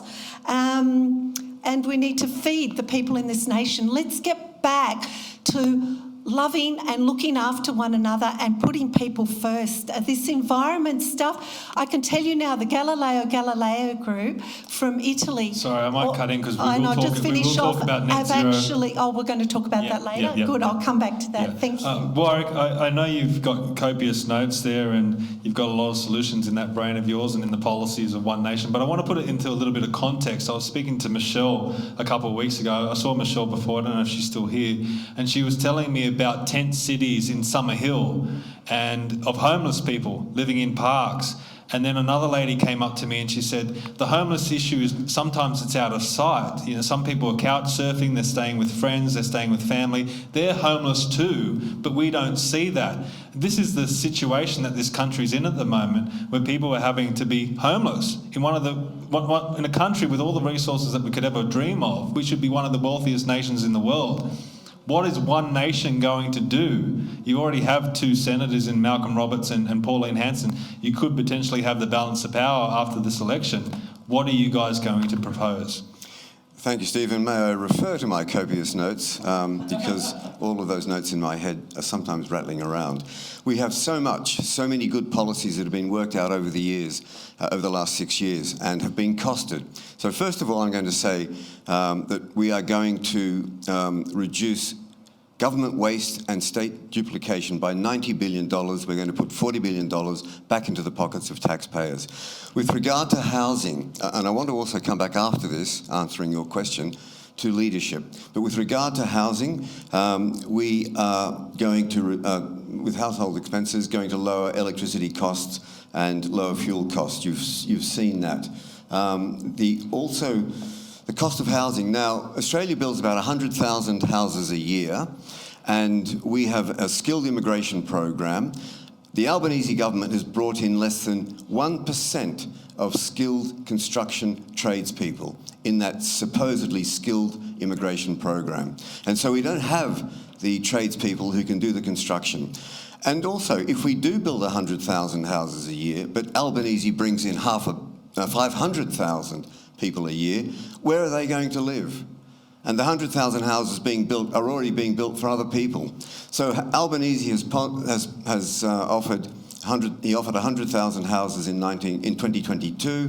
They haven't been delivered, and now he's offering the same for first home buyers. It won't happen. We are going to take the heat out of housing costs. We're going to have a permanent ban on foreign ownership of housing and farmland, not a 2-year pause, as with the Coalition, and the Labor policy. We're going to force owners of residential housing to sell to an Australian citizen within 2 years. We're going to establish government people's mortgages, that's already been discussed, 30-year 5% fixed interest, and make it easier for people, for first home buyers, to get a mortgage. We're going to control immigration. At the moment, immigration is out of control. I watched Mark Butler, the health minister, being interviewed, and obviously he was asked a question about presumably the pressure of immigration on the health system, and his response was, he put on his concerned face, look, we're really trying, we're trying to bring down immigration. That told me he had no control. The government has no control. Who has control?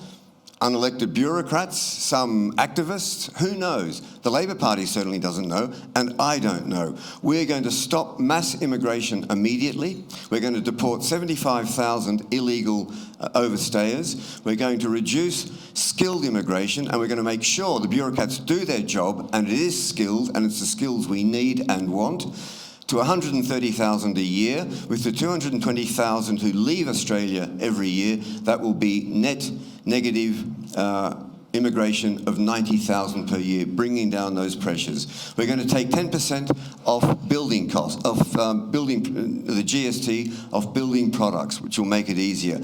There was a comment earlier, I think, from Silvana.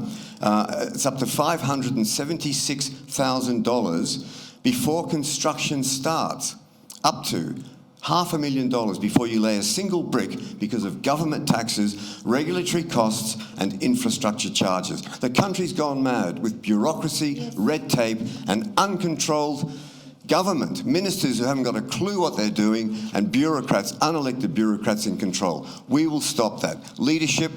The reason I'm here is because of the failure of leadership I've seen over the last 18 years. Where is our Churchill? Where is our Chifley? Where is our Menzies? Where even is our Hawke and John Howard, as you said, who had the courage to take a GST, an unpopular policy, to the electorate, and he won. We've had nothing but spineless equivocation, ducking and weaving. We saw Albanese, we saw Morrison hiding behind, and the premiers hiding behind unelected bureaucrats who were giddy with excitement, making us wear masks, locking us up, trampling on our rights. And I saw leadership in Pauline Hanson and Malcolm Roberts. I understand leadership. I know leadership. I'm here to help One Nation have extra senators, all my fellow candidates understand leadership as I do. So we need that leadership. We need that courage. It's absolutely been lacking. And that's for starters. One Nation in control in the Senate, as Craig has said, although I think he would like other people to be there as well on the table. But if One Nation has enough senators in the Senate, then we will start to effect these absolutely necessary changes where people will not be living in tents, people will not be homeless. I went and met Morgan Cox, camped outside Albanese's $4 million investment home. It's being rented out.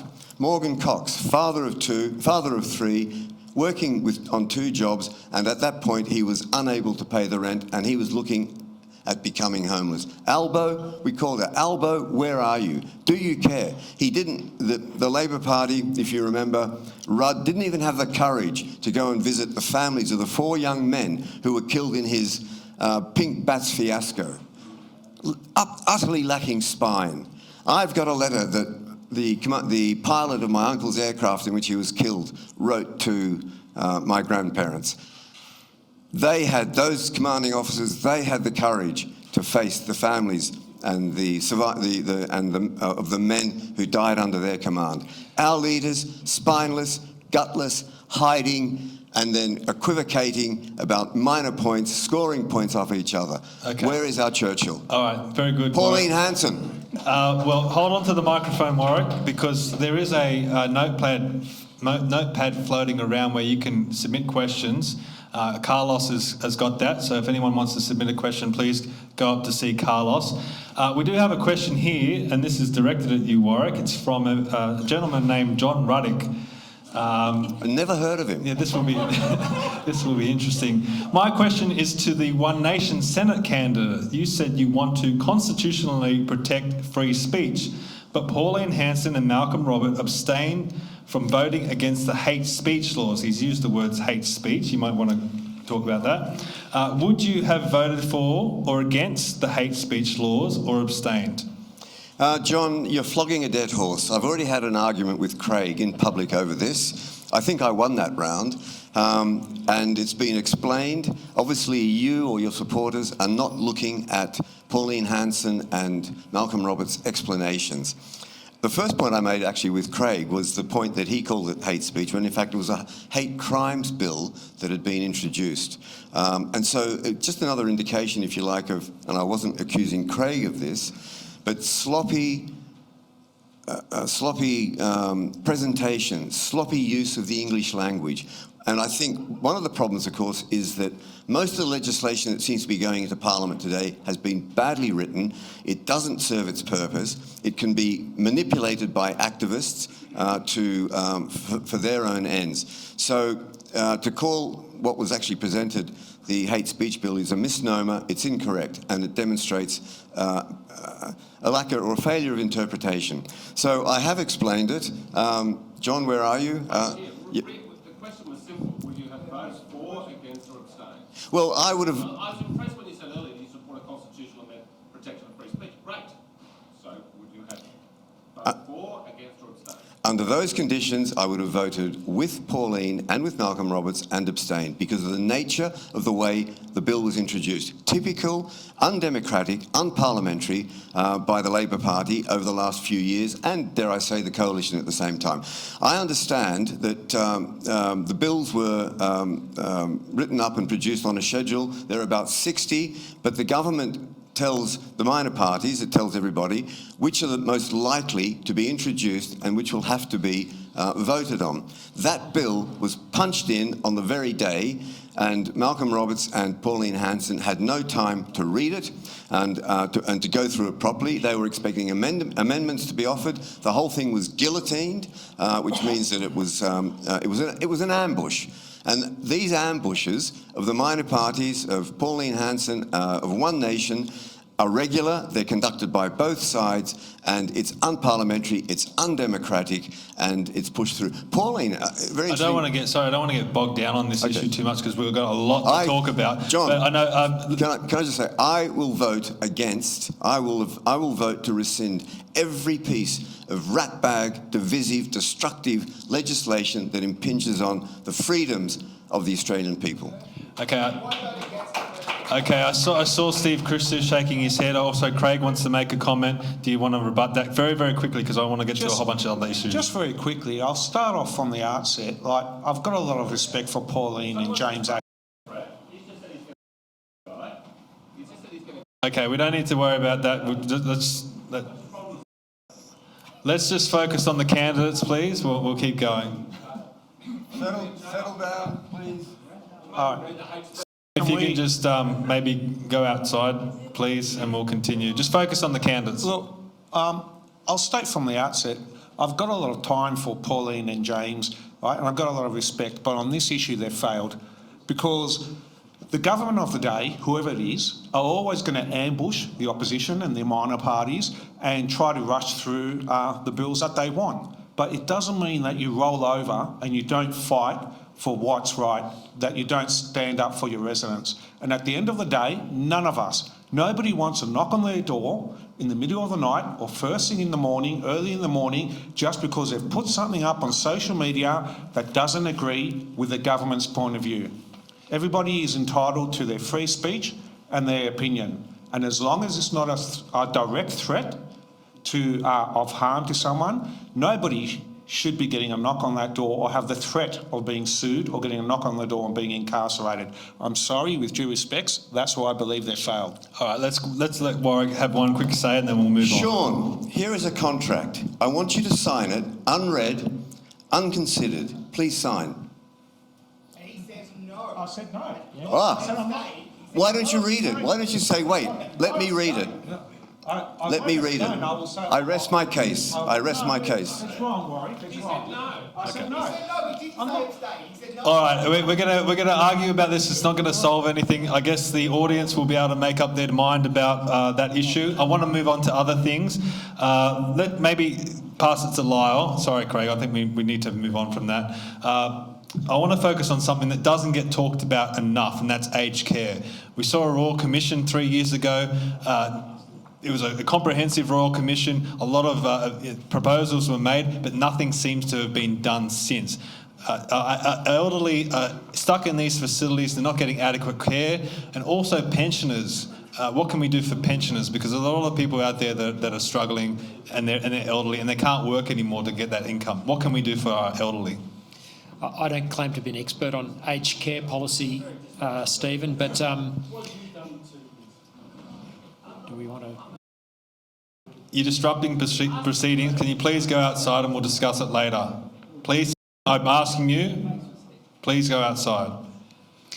I think what's clear about aged care policy is throwing money at it, a bit like education and health policy, isn't necessarily the answer. Governments don't tend to be efficient in the way they do things, and aged care is a perennial problem in this nation. I think we've got to look at ways of perhaps providing incentives to families to look after their own aged care, their own aged relatives, if they can, and where there's capability to do that. And perhaps some of the government subsidies should be directed more towards the families, whether it's to do a renovation or to provide the sort of structural renovations that are needed to care for. There's a lot of people living in units though, or renting. There are. And look, as I say, I don't think there's a magic bullet here, but I'm not sure that more and more government money into institutionalised aged care is necessarily the answer. I think that's been the outcome of various inquiries and royal commissions, but I think we've got to look at ways, can we do things better in the family? Can we, for pensioners, provide the opportunity for them to be able to work a few more hours a week without that impacting their pensions? Clearly, the pension system has failed. It doesn't provide dignity for people in the later in life. And the superannuation system hasn't delivered what Paul Keating promised back in the 90s when he introduced it, that it would replace the pension for people. So we've got some big structural areas there. There's a lot I'd like to do. I'm also conscious that we're in $1 trillion worth of debt. And so, we may not be able to do everything that we want to do for the aged, for the disabled, and even in terms of our health. We've got to tackle this debt situation. Otherwise, we're all going to be in trouble, not just those who are needing extra help and attention at the moment. Okay, we do need to move quickly. Silvana, do you want to tackle that question? Absolutely. Both my parents are alive. They're both 92 years of age. My husband's 90 years of age. He's in aged care. I'm a trained carer as well to come in at this time. I'm a registered teacher and I do casual teaching, but I wanted to do the training to see how I could help my parents, but they're not allowing families so much to come in and help. So I did training with 3 of my siblings. 2 of my siblings are helping my parents at home, but the 3 of us that did the training, they wouldn't let us come in when mum and dad lost their carer. I would work very hard at equipping families to be able to help their own if they're in a position to do that financially and have time and they're not working. Definitely we need to be hearing the aged to see what they need, and pensioners. It's about bringing in care, duty of care for them. Like I've said before, money doesn't resolve everything. Sometimes we've got to look at the infrastructures and see what's working And I definitely would work to ensuring that there is sufficient funding for what people need, because it's in aged care we have mental disability, we have physical disability, we have a lot of different things that are going on, and it would be about putting money, but also personal one-to-one time with the aged. Okay, we'll just pass it down to Craig, please. So what can the Libertarians do to support elderly Australians? We can't support any group in this country unless we get our debt under control. We have got, I said, both the Labor and Liberal Party, their policies are the same. The next 3 years they're planning to spend, or actually borrow, $115 billion. That is in the budget papers. Now, that is future taxations that we have. Unless we get that spending under control, we're not going to be able to afford more for aged care. And then we've got to have a productive economy. Everything we're doing, this is why we come back to net zero, everything we're doing under net zero makes our economy less productive. It destroys our nation's competitive advantages. And by taking away those competitive advantages, it gives us less ability to help, whether it's people for aged care, whether it's kids with disabilities, whether it's more transport links, whatever it is. We've got to get back to trying to say we've got to have a strong competitive economy and work on our nation's natural advantages. And to say that coal seam that runs down our eastern seaboard, that it's okay to ship it off to China, for China to create wealth and low energy costs, but we Australians can't use it, is absolute insanity. Until we reverse those things, we're just playing word games about talking about helping any sector of this society. Okay, pass it to Warwick. I'm sure you've got some ideas there, mate. I have indeed, Steve. First of all, it was mentioned with aged care that government subsidies. Anywhere where there are government subsidies, you are sure to find fraud, waste, mismanagement, and a failure to actually achieve what the noble purpose was in the first place. So there is no control. It's a lack of control by the bureaucrats. The ministers haven't got a clue what's happening in their departments, and that is the failure of leadership.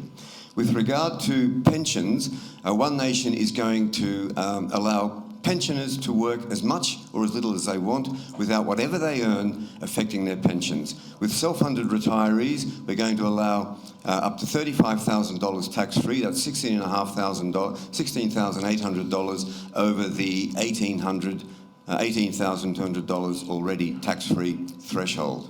With regard to the $1 trillion debt, One Nation is the only party that is talking about reducing that debt and controlling that debt.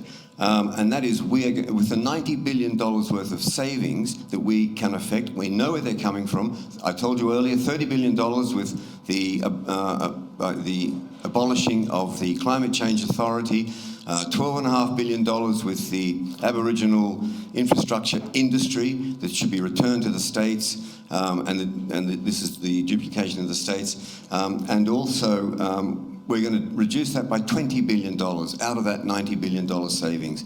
And then with aged care, may I say, I think I'm probably the only candidate, unless someone in nursing who's been in nursing, and probably the only potential senator and the front bench of the Labor Party and the front bench, dare I say, of the Liberals, the Coalition and the Greens, to have worked in aged care. Before I joined the British Army, I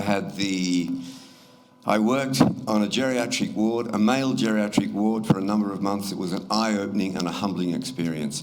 And I've seen good healthcare facilities, not expensive, and adequate, and offering the dignity that is required and the care that is required at the end of life stage in aged care. So One Nation does have ideas, One Nation does have policies. We know where the money is coming from, and we're going to make sure. And also the Commonwealth Department of Health and Aged Care, we're going to abolish that and put that, what it's supposed to do, back into the states where it's supposed to be done. The duplication between federal government and the state governments is outrageous. The waste that is hosed against the wall, with both federal and state governments believing that the taxpayers are an inexhaustible source of funds. Okay. It has to stop. Thanks, Warwick. We're running out of time, so I want to push through some more questions. Now, we've seen during this campaign Ben Britton, the Liberal Party candidate in Whitlam, be disendorsed for expressing an opinion based on his own lived experience in the military. He's now running as an independent in Whitlam. We've also seen a whole host of other ex-Liberals leave the Liberal Party. There's a lot of disaffected Liberal voters out there as well. We've got John Ruddock sitting in the audience, former Liberal. Craig Kelly, former Liberal. We've also got Gerard Rennick's just started his own party, People First. Bernie Finn down in Victoria, ex-Liberal. Pauline Hanson was an ex-Liberal. She was disendorsed. Okay, Lyle's an ex-Nationals, right? So there's a lot of these ex-coalition members floating around on the right side of politics. They haven't all fallen into the one party. They're all dispersed amongst other parties, of smaller parties. So the big question is, maybe not leading into this election, but after the election, how does the right consolidate all of that? Does the right need to better define what it actually is? And do some of these people need to come together and form one party? Maybe I'll start with Steve Christou first. Yes. Look, Steve's ex-Labor as well. I think I'd like to begin. I think there's a market for ex-Labor people, but from the right side of the Labor Party, because the old guard of the Labor Party, they are very disenfranchised and very disappointed with the modern Labor Party. The old guard believe fair day's work for fair day's pay and look after Australia first, and that's not the Labor Party now. But to answer your question, Steve, yeah, we do need to come together, but we have to overcome the problem of human nature. And human nature is coming together, putting egos aside and saying who's going to control what, working together as a collective. Because if we work together as a collective, we would absolutely roll the left.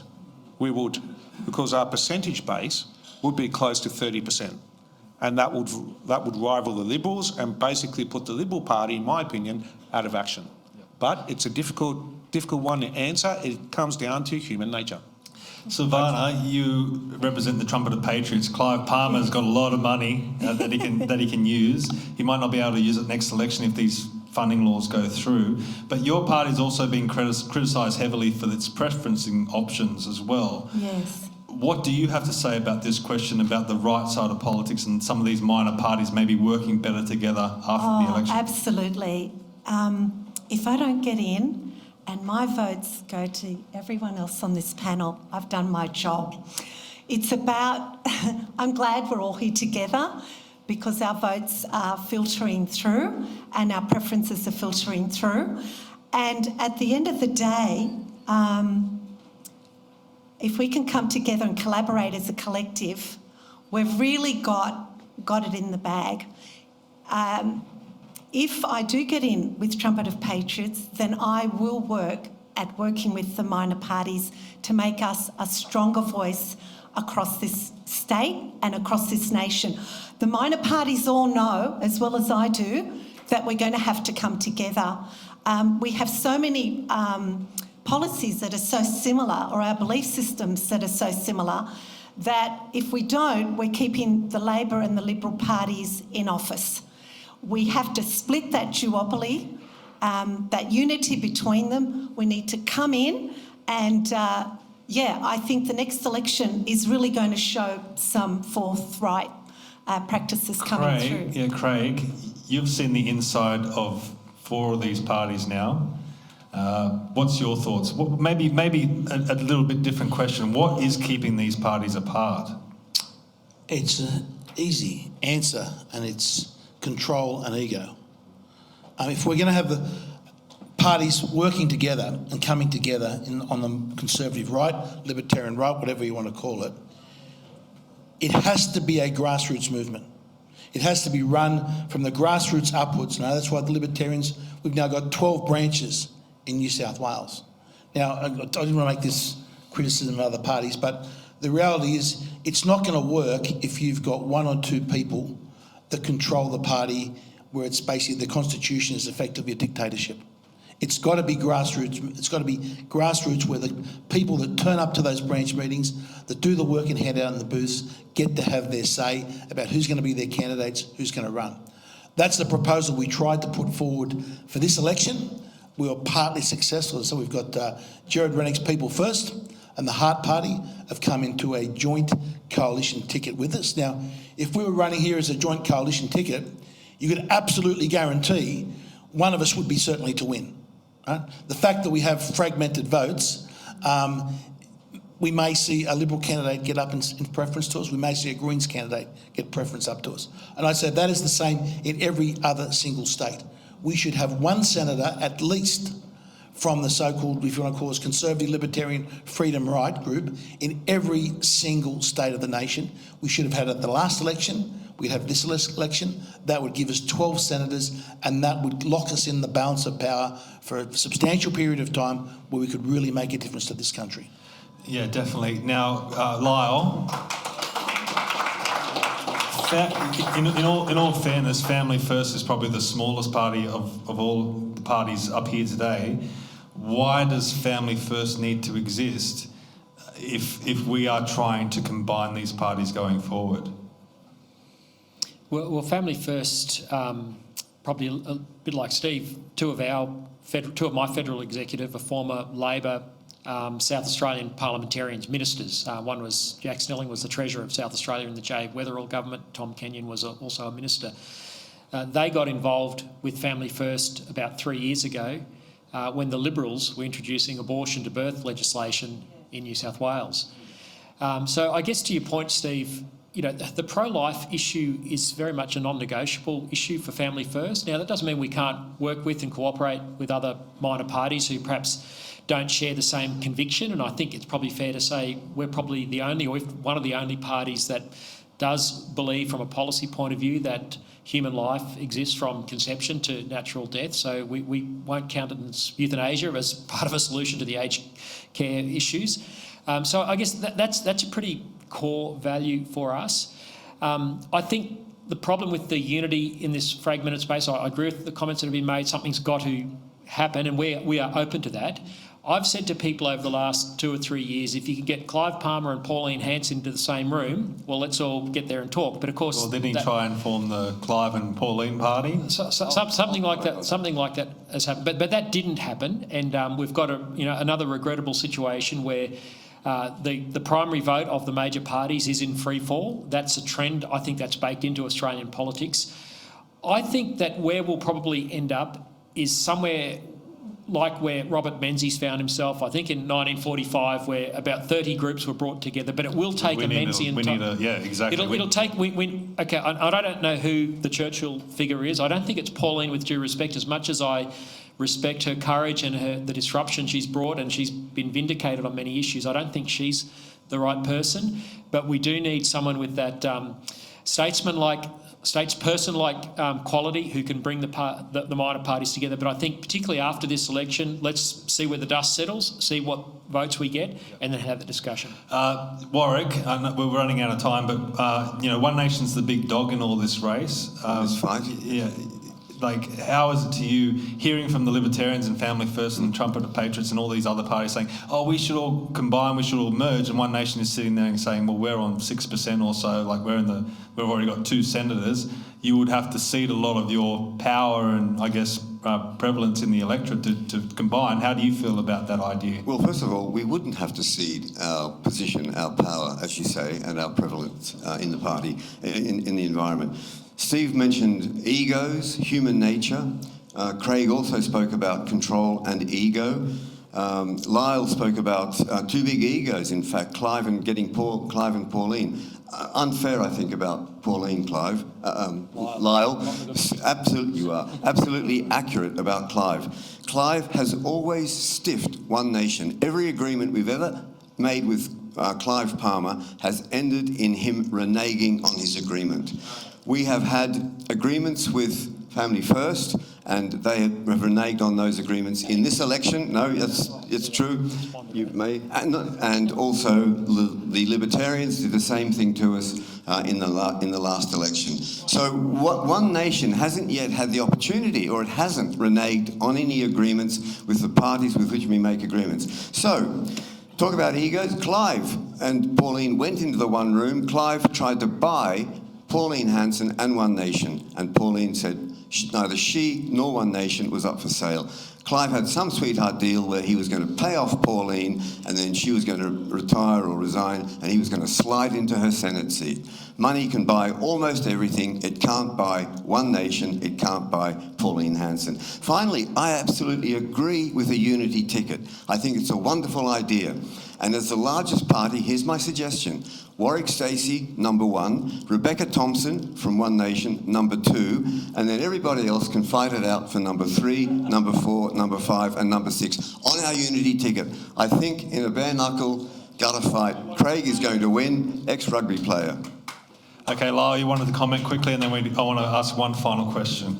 Just to correct something that I've already corrected with Warwick on a live stream the other night. There was no deal between One Nation and Family First that we could renege on. Nothing was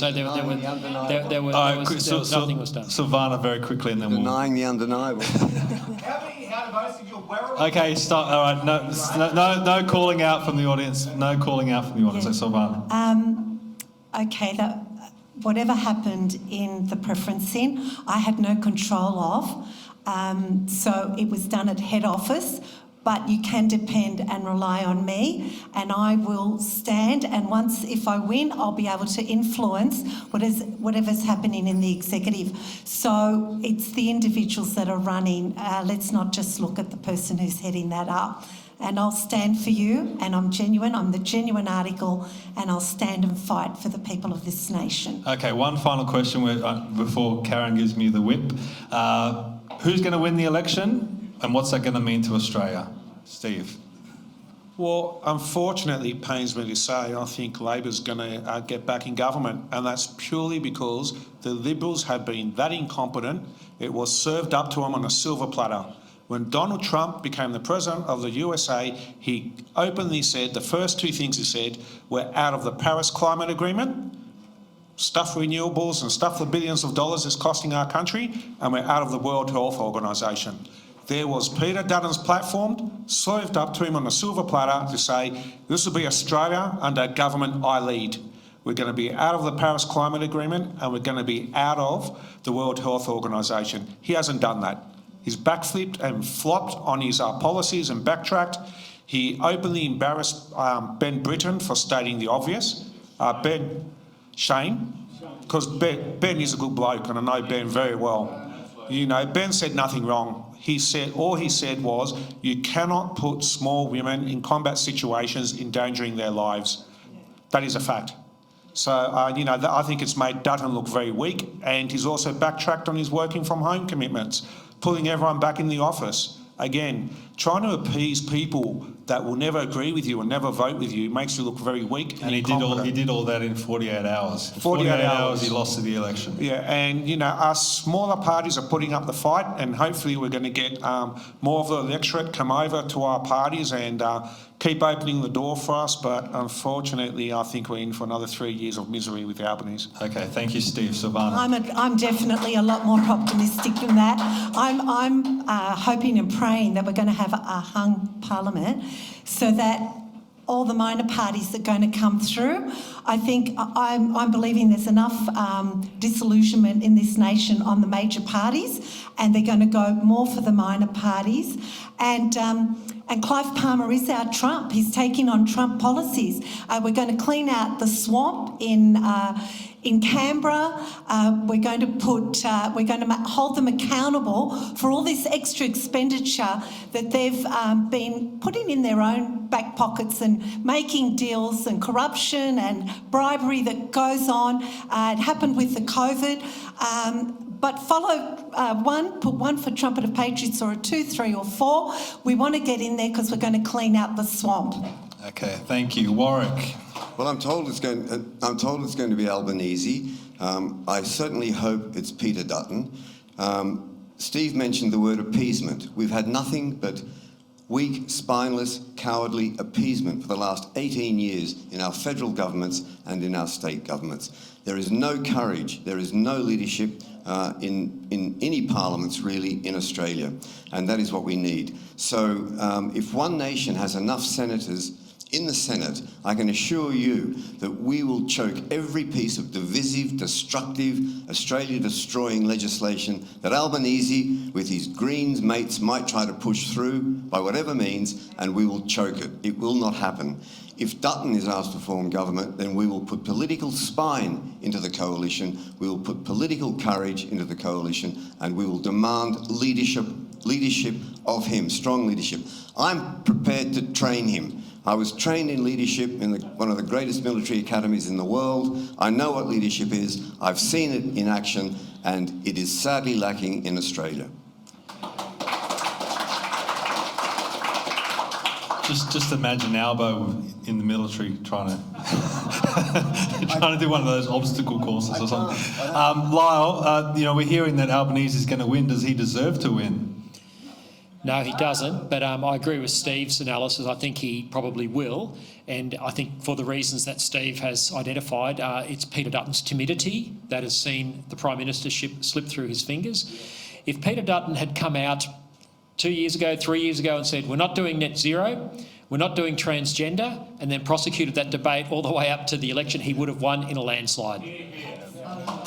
Craig, you had the final word on this now. You were part of the Abbott government when they had that landslide victory. You've seen it. You've seen how it can be done. What's Peter Dutton done wrong this time around? First, I agree with Lyle and what the other guys have said, and also Silvana as well. Sorry, I don't really call you. The reality is he's been too damn weak.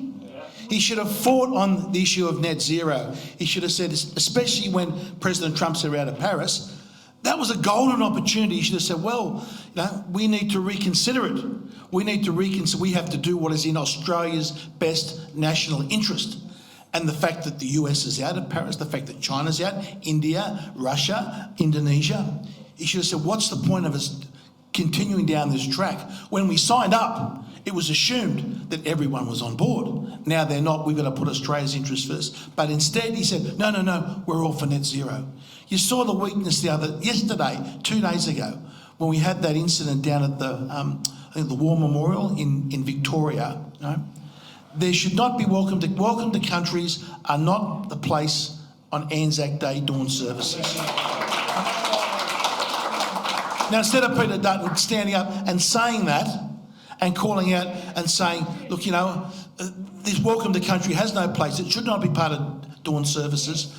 No one should interrupt a dawn service, right? But instead, he went down and did what the media wanted him to do. So, this is terrible. It's all neo-Nazis and this terrible thing and how bad it was and how... Right? Didn't stand up for what the values were. And that's why he's going to lose this election. Now, the real question is what comes next? Where does the Liberal Party go after that in this parliament? Are they going to go back and reverse all these policies? Or are they going to do what we saw at the state level, where they go weaker and weaker and weaker and try and become closer to Labor? That is the reason why we need strong characters in this next parliament, in this next Senate. They're going to hold up and go into that parliament where it's the Senate and say, we oppose net zero, and not be frightened or be intimidated by what the ABC is going to say against us.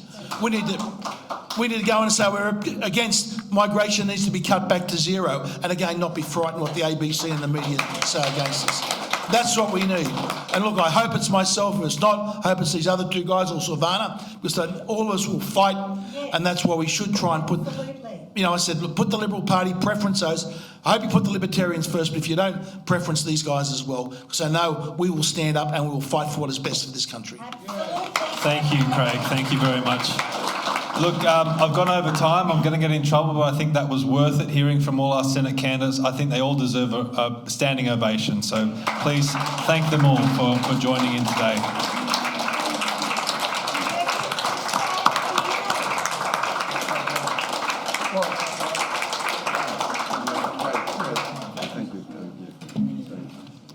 And I want to just quickly now go through some points about voting so everyone knows their vote ahead of Election Day, because this is very, very important. Now, I think everyone knows how to vote in the lower house, the House of Representatives. You want to number every single box on your ballot paper, make sure your numbers are clear, and also use your preferences strategically. I think everyone's starting to learn that and get their heads on top of that. I want to focus on the Senate today. Now, in the Senate, if you're going to vote above the line, you need to vote at least 1 to 6, And if you're going to vote below the line, at least 1 to 12. You can put more numbers if you wish, but you need to have at least those numbers. Now, here's what I really want to focus on, and I don't think this gets brought up enough. You need a backstop in the Senate. If you are not numbering every single box, your vote could potentially exhaust. And especially if you're voting for all minor parties, your vote could exhaust. So let's look at some examples of this. Now, this is the Greens how to vote card. They've chosen Labor as their backstop. Labor is the number 6. You need a backstop, which is one of the major parties. This is the legalised cannabis. They're using the Greens as their backstop. The People First Alliance, the Libertarians, they're using the Liberals Nationals as their backstop. One Nation again, box N, they're using that, which is the Liberals Nationals. One Nation has chosen the Liberals and Nationals as their backstop. Now, this is the outlier. This is the People First Party. This is their how to vote card. They don't have one of the majors as their backstop. So if you follow this how to vote card and one of these parties does not get elected to the Senate, your vote will exhaust and go nowhere. So Australian Supported Government will not tell you who to vote for. We are non-partisan. But what I suggest, if you're going to follow this how to vote card, then put one of the major parties number 7 and add that backstop so your vote does not exhaust. You don't want to hand your vote to the left side of politics who have very strong preference discipline, and their vote will carry forward and your vote to exhaust and to go nowhere. So this is an example of the how to vote card of Turning Point Australia. They've done the same thing. They've got the backstop with the Liberals and Nationals. So make sure you have a backstop with this election. So thank you very much for today. If you can head to our website, Australian Supported Government, and check us out, become a member, it would be much appreciated. I'll now hand over to Joel Jamal for some closing comments. Thank you. Cool. Hey everyone, won't keep you too long. God bless you all. Thank you for coming out, and thank you for being so patient with all the speakers. As I mentioned earlier, all the Turning Point Australia resources can be available at tpaust.com.au. Only 70% of people, only 30% have voted. 70% of people are yet to vote. So we can still make a huge difference this election. We can still get the balance of power in the Senate, and we can get some phenomenal people elected to the lower house, especially like the Hunter Valley. We've got Stuart Bonds. You saw his head up there before. I've got my money on him winning that seat. And we've got some other great candidates like Matthew Kamanzuli and McMahon. We've got Whitlam, Ben Britton. He's sticking it to the Liberal Party. He's running there. He could do very well. So we could get the balance of power in the Senate, but also get some really beautiful beach landings in the lower house as well. So I'm looking forward to seeing that. If you're not sure how to volunteer, head to our website. I've got videos about how to hand out a how to vote card effectively. But without further ado, thank you for coming. Thank you to the organisers for bringing this together. And I know for many of the organisations you've listened to, they still have resources up the back. The Light Australia newspaper, they've got resources at the back. They've brought some, Steve has brought some newspapers, so thanks, Steve. And did you want to say some last words? Or? Thank you. Thanks, Joel, and thank you to everybody who has come here today. So today is about all the people who are willing to stand up, the candidates and the audience who are willing to stand up and be counted. We've all heard the term debunking, but I was only recently made familiar with the meaning of the term pre-bunking. So pre-bunking is when, in this case, global interests make their views broadcast as if they're facts. And so there has been pre-bunking goes on all the time in the media when they put out surveys and say this many people believe this, and people go, oh, I don't believe that, but it looks like everybody else does. So I believe that they've been doing pre-bunking with this election, and they've been putting out an outcome that they think is a desired outcome. But there is a silent majority in Australia, and this was proven in the recent referendum, where the pre-bunking showed that the yes vote would win, but 65% of Australians voted no. So we believe in that silent majority, and we believe that we can all do something to wake people up. What can we do? Who is responsible for what's happened? We are responsible. We can't blame our leaders or globalists. Each one of us is responsible.